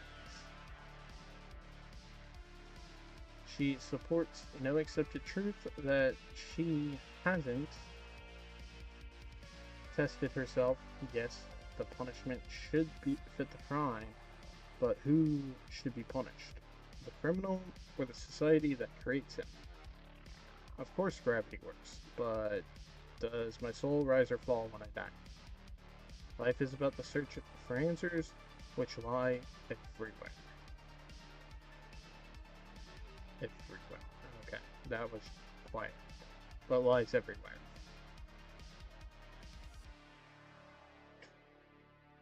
The proponent of Vision simply looks for the right questions in the fight against the unknown. Her foremost question is, how can this conflict be settled once and for all? There is currently only one creed and path for followers of this virtue, at least as far as hunters are able to tell. Visionary. Visionaries perceive the intrusion of the paranormal into everyday lives as a sign that the world is a larger and stranger place than they have ever dreamed. Once a firmly held belief there is no such things as monsters is yanked from its place beneath your worldview. It makes you wonder what other supports are worm-eaten. Visionaries are unwilling to jump to conclusions and dive into a half-formed solutions. As a result, they keep their hunter allies on a higher road, thus avoiding pointless switchbacks and literal dead ends.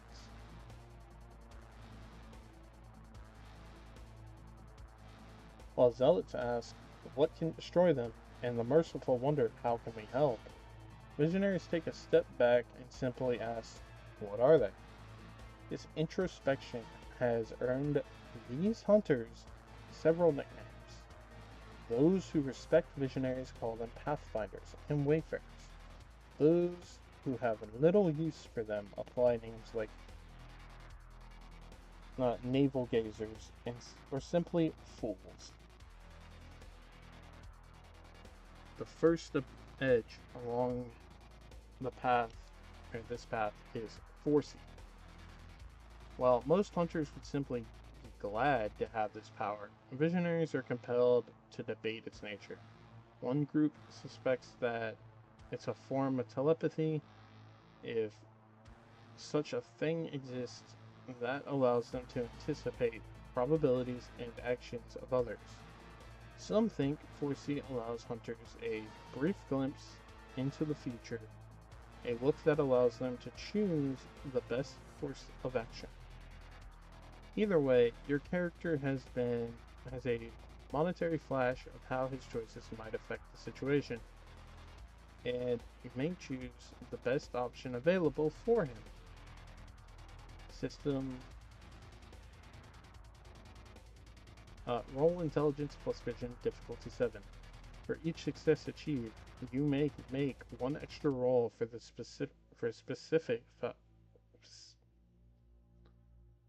a specified action and choose the best result. You must announce in advance that one of your extra rolls will be dedicated to a particular action. You can't wait until the roll has been made and then announce the extra one will be taken.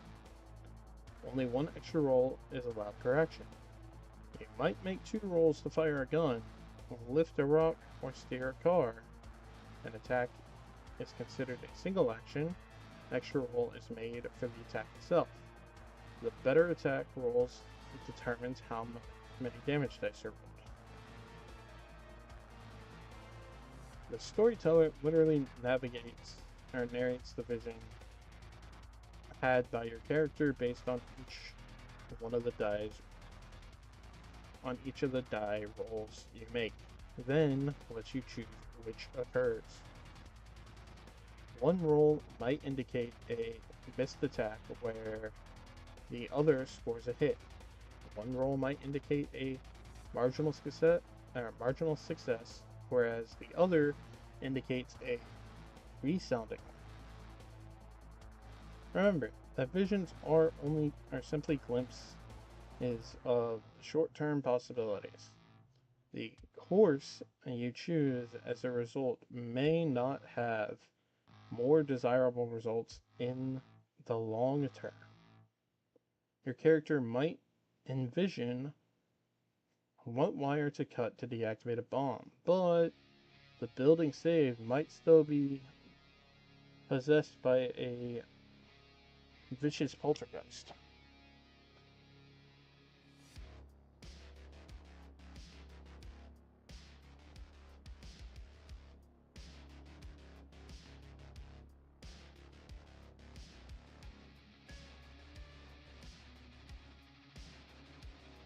Alright.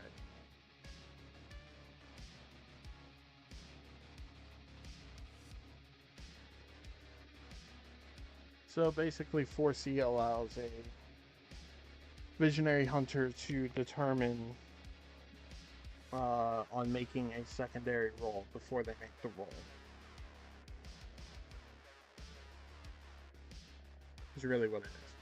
And it cannot be combined with the Destiny background rerolls at the same time, so you have to pick one or the other.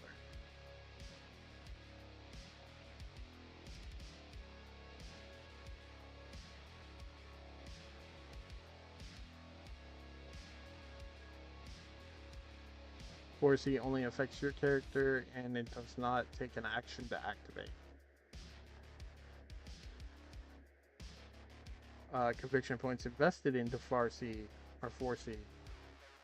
will simply increase the number of extra rolls you may gain for a chapter. Conviction does not affect the outcome of the individual actions to which extra rolls are dedicated.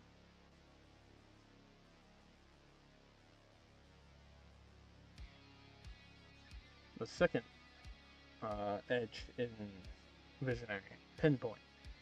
This edge gives your character insight into the weaknesses of supernatural creatures.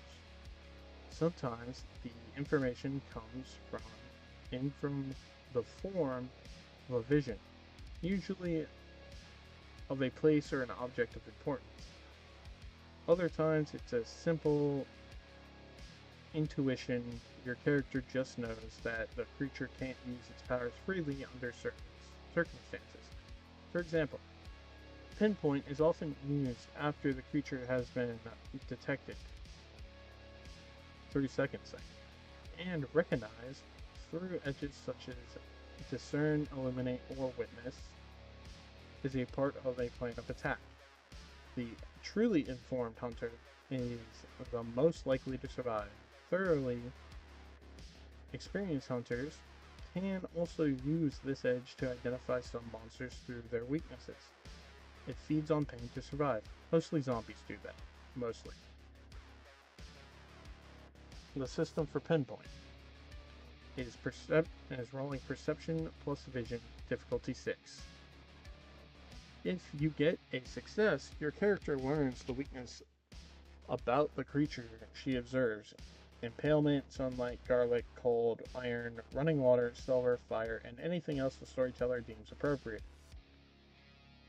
The storyteller can also be elusive and vague about the nature of the weakness. Life, time, or control.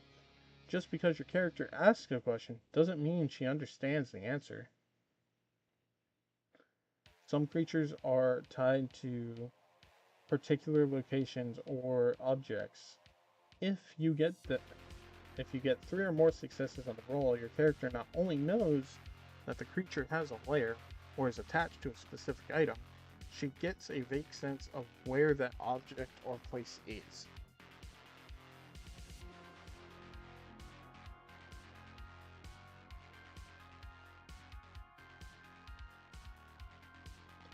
Knowing a weakness and capitalizing on it are two different things. Turning fire on an opponent in an oil refinery isn't safe for anyone. A specific variety of ferrous metals to be used as a weapon probably isn't conventionally at hand.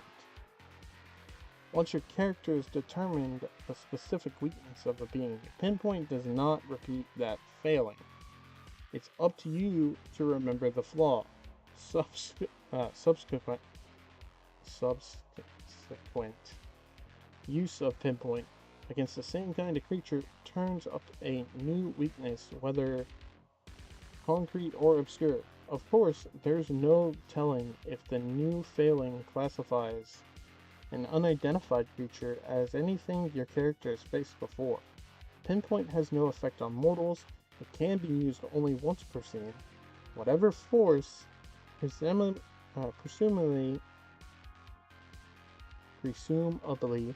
the messengers that provides the information requested, doesn't seem to tolerate holding hands.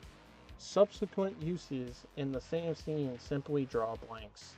Ultimately, the storyteller decides how effective this edge is under any given circumstances. The answers it provides may not be any help in here or now, but may be in the next chapter.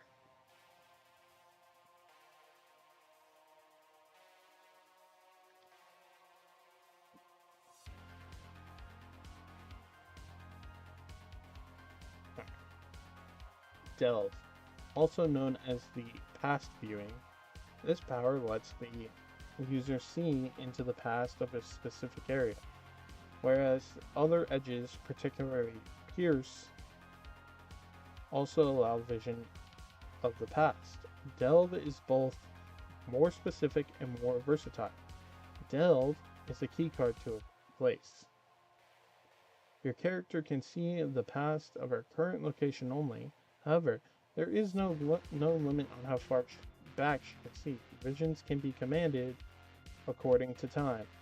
What happened here 24 hours ago? By connection to the person or object, show me what happened when the jewels were taken. Or in connection to an event, I want to see the murder as it occurred.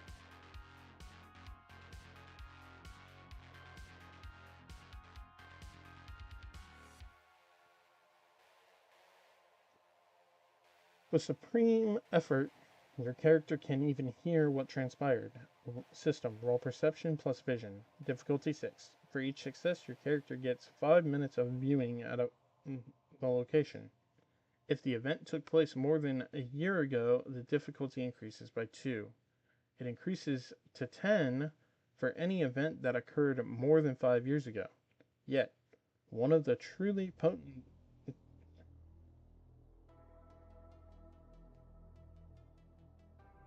disciples of Vision claims to have witnessed a millennia-old civilization to which he felt a bond. At least he claimed such a revelation before his disappearance.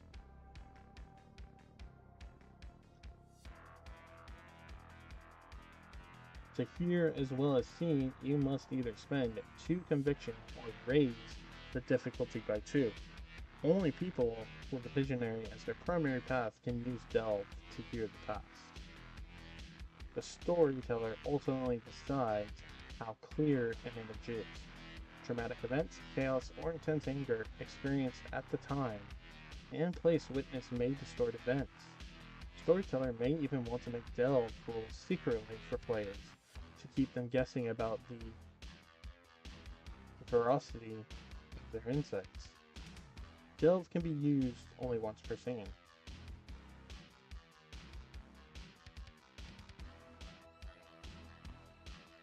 I don't know if we're going to make it through all these, so as much as I didn't want to, but it seems like there is a chance we're going to end up doing a part 3 for Hunters, The Reckoning, and also diving into the player's guide.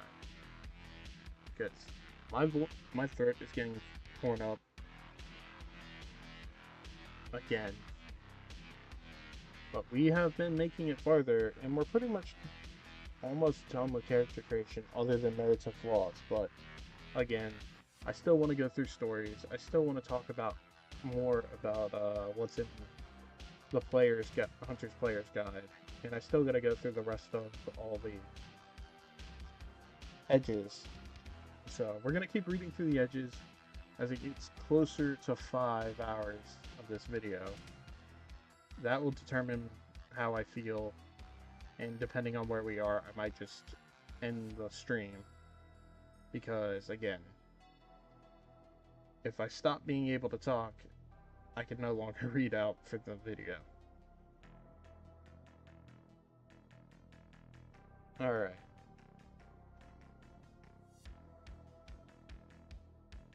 Actually, no. I'm gonna finish up here and reading for Visionary, and we're gonna call it. That way I can let my voice heal a little bit, and we'll pick up from the virtues and reading Zeal for the Hunter stuff and continue there in part 3. But this is telling me that I'm reading a lot more in this book than I might in the other books, depending on how it goes. At least for early on character creation for them. But I can probably average out about 3 parts per the first few books until I decide to do the Mage and Changeling books, which those books are going to take a lot more parts to them. But that's fine. We're going to go through it all slowly but surely. So I'm going to finish out Visionary, and then we'll call it for the stream. Level 4 of the Visionary Edge, Restore. This is the power to regrow lost or mangled limbs and organs. It's not just accelerated healing. Restore can bring back body parts that were lost completely. It can be applied to your character himself or used on other people. These regenerated limbs are often eerily perfect, lacking scars, suntans, wrinkles, or indeed any signs of aging, as if they're idealized platonic manifestations of such body parts. Although Restore is powerful, it cannot bring the dead back to life. Your character imagines mending skin and knitting bones, or a perfect limb or body part to replace that lost, and it manifests. A few hunters who can use this edge hold it up as proof of an or idealized state out there somewhere. A place visionaries are meant to discover. Perhaps this place or condition is the ultimate object or goal in the war against the unknown. Meanwhile, hunters capable of this power keep it secret for fear of drawing unwanted attention or prosecution. System. This edge effectively turns lethal damage into bashing damage. It doesn't actually restore any lost health levels, but it does make injuries a lot more bearable. Roll stamina plus vision and spend 3 conviction points. The difficulty is 6, plus 1 for each lethal health level the subject has lost. Maximum difficulty of 10. If the roll gets even 1 success, all those levels become bashing immediately. If the lost health levels represented massive injuries, mangled eyeballs, lost limbs, they grow back in seconds. The new limbs are sore, weak, and bruised until the subject has had a chance to break them in. Restore can only be used once per scene. Once per scene. Visionary. Level 5. Arguer. Arguer. Your character can anticipate likely futures at her specific location. All she has to do is concentrate. As with Delve, this power can be based on time frame, person, object, or a specific event. System. Spend 3 conviction points. The storyteller secretly rolls your character's intelligence plus vision score difficulty 8. For each success achieved, the vision of the future lasts for 1 minute. Visions of a year or two in advance can come through relatively clearly, but glimpses of the distant future are notoriously vague and disorienting. Unlike Delve, this edge cannot generate sound. The storyteller makes the roll in case it fails or botches. On a fail, no vision appears and your conviction is wasted. On a botch, a wildly inaccurate, deceptively false, or devastatingly harrowing vision of the future appears, and conviction is simply gone when the character tries to draw upon it next. Even on a successful roll, images could be based on a possible future. As determined by millions of decisions and coincidental events that transpire to create reality, any conviction points won through a successful roll can be awarded quietly later, so the player doesn't immediately know the vision is legitimate. The storyteller should base images on events as she knows them in Coming Chronicle. However, some events may specifically not occur, so no visions can be had of them. Despite successes rolled, if a character's ally has died and he doesn't know it, searching for a vision of when she will come next through his door is futile. At least, that's true for her next living appearance. Arguer can be used only once per scene. Repeated efforts inflict punishing headaches and blurry images at best.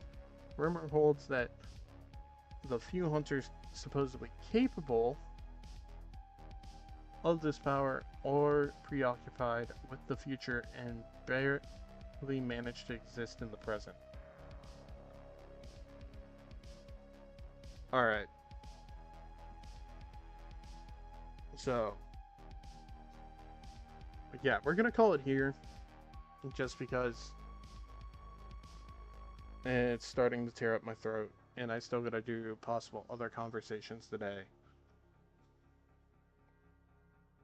So that being said, I've hoped everybody who's made it this far has enjoyed this video. I appreciate everybody sticking around and watching this video for 4 hours straight. I hope you're enjoying all the information that I'm reading out loud, all the information that I'm pointing out on how to make a character. I'm sorry that we didn't finish this in part 2, but we have a lot to cover, so we're going to go into a part 3, probably next weekend. We'll see if I feel up to it doing it sooner. But with that being said, once again, I appreciate everybody. I'm going to run disclaimer once again. I do not own World of Darkness. I do not own the music I've been playing in the background. World of Darkness is owned by White Wolf. The music that I have a link in the description of this live stream is a 4-hour, which it's about to end, 4-hour cyberpunk dark synth mix from the channel White Bat Audio. It's a royalty-free, copyright-safe music. So, if you've been enjoying it, go check them out. Again, I have a description to the video I've been playing in the background in this description. Also, another shout out, my sister, her channel is Ghoul House Obscura. She does creepy stories and strange conversations as podcasts. She does a lot of research and everything for her videos, so go check her out if you're into stuff like that. If you like this video, feel free to drop a like on it. I would appreciate it. If you know stuff about World of Darkness and you notice me missing something, or I read something wrong, or you think it would be good for me to touch up on, drop a comment in the for this video. That way I will see it and you can let me know. I love to learn more, but next time we're going to continue for Zeal, and we're going to look at merits and flaws and go over them a little bit, and then we're going to dive into the Hunter the Reckoning Player's Guide. By that time, more than likely, I'm just going to finish up my character on my own, because I more or less know what I want.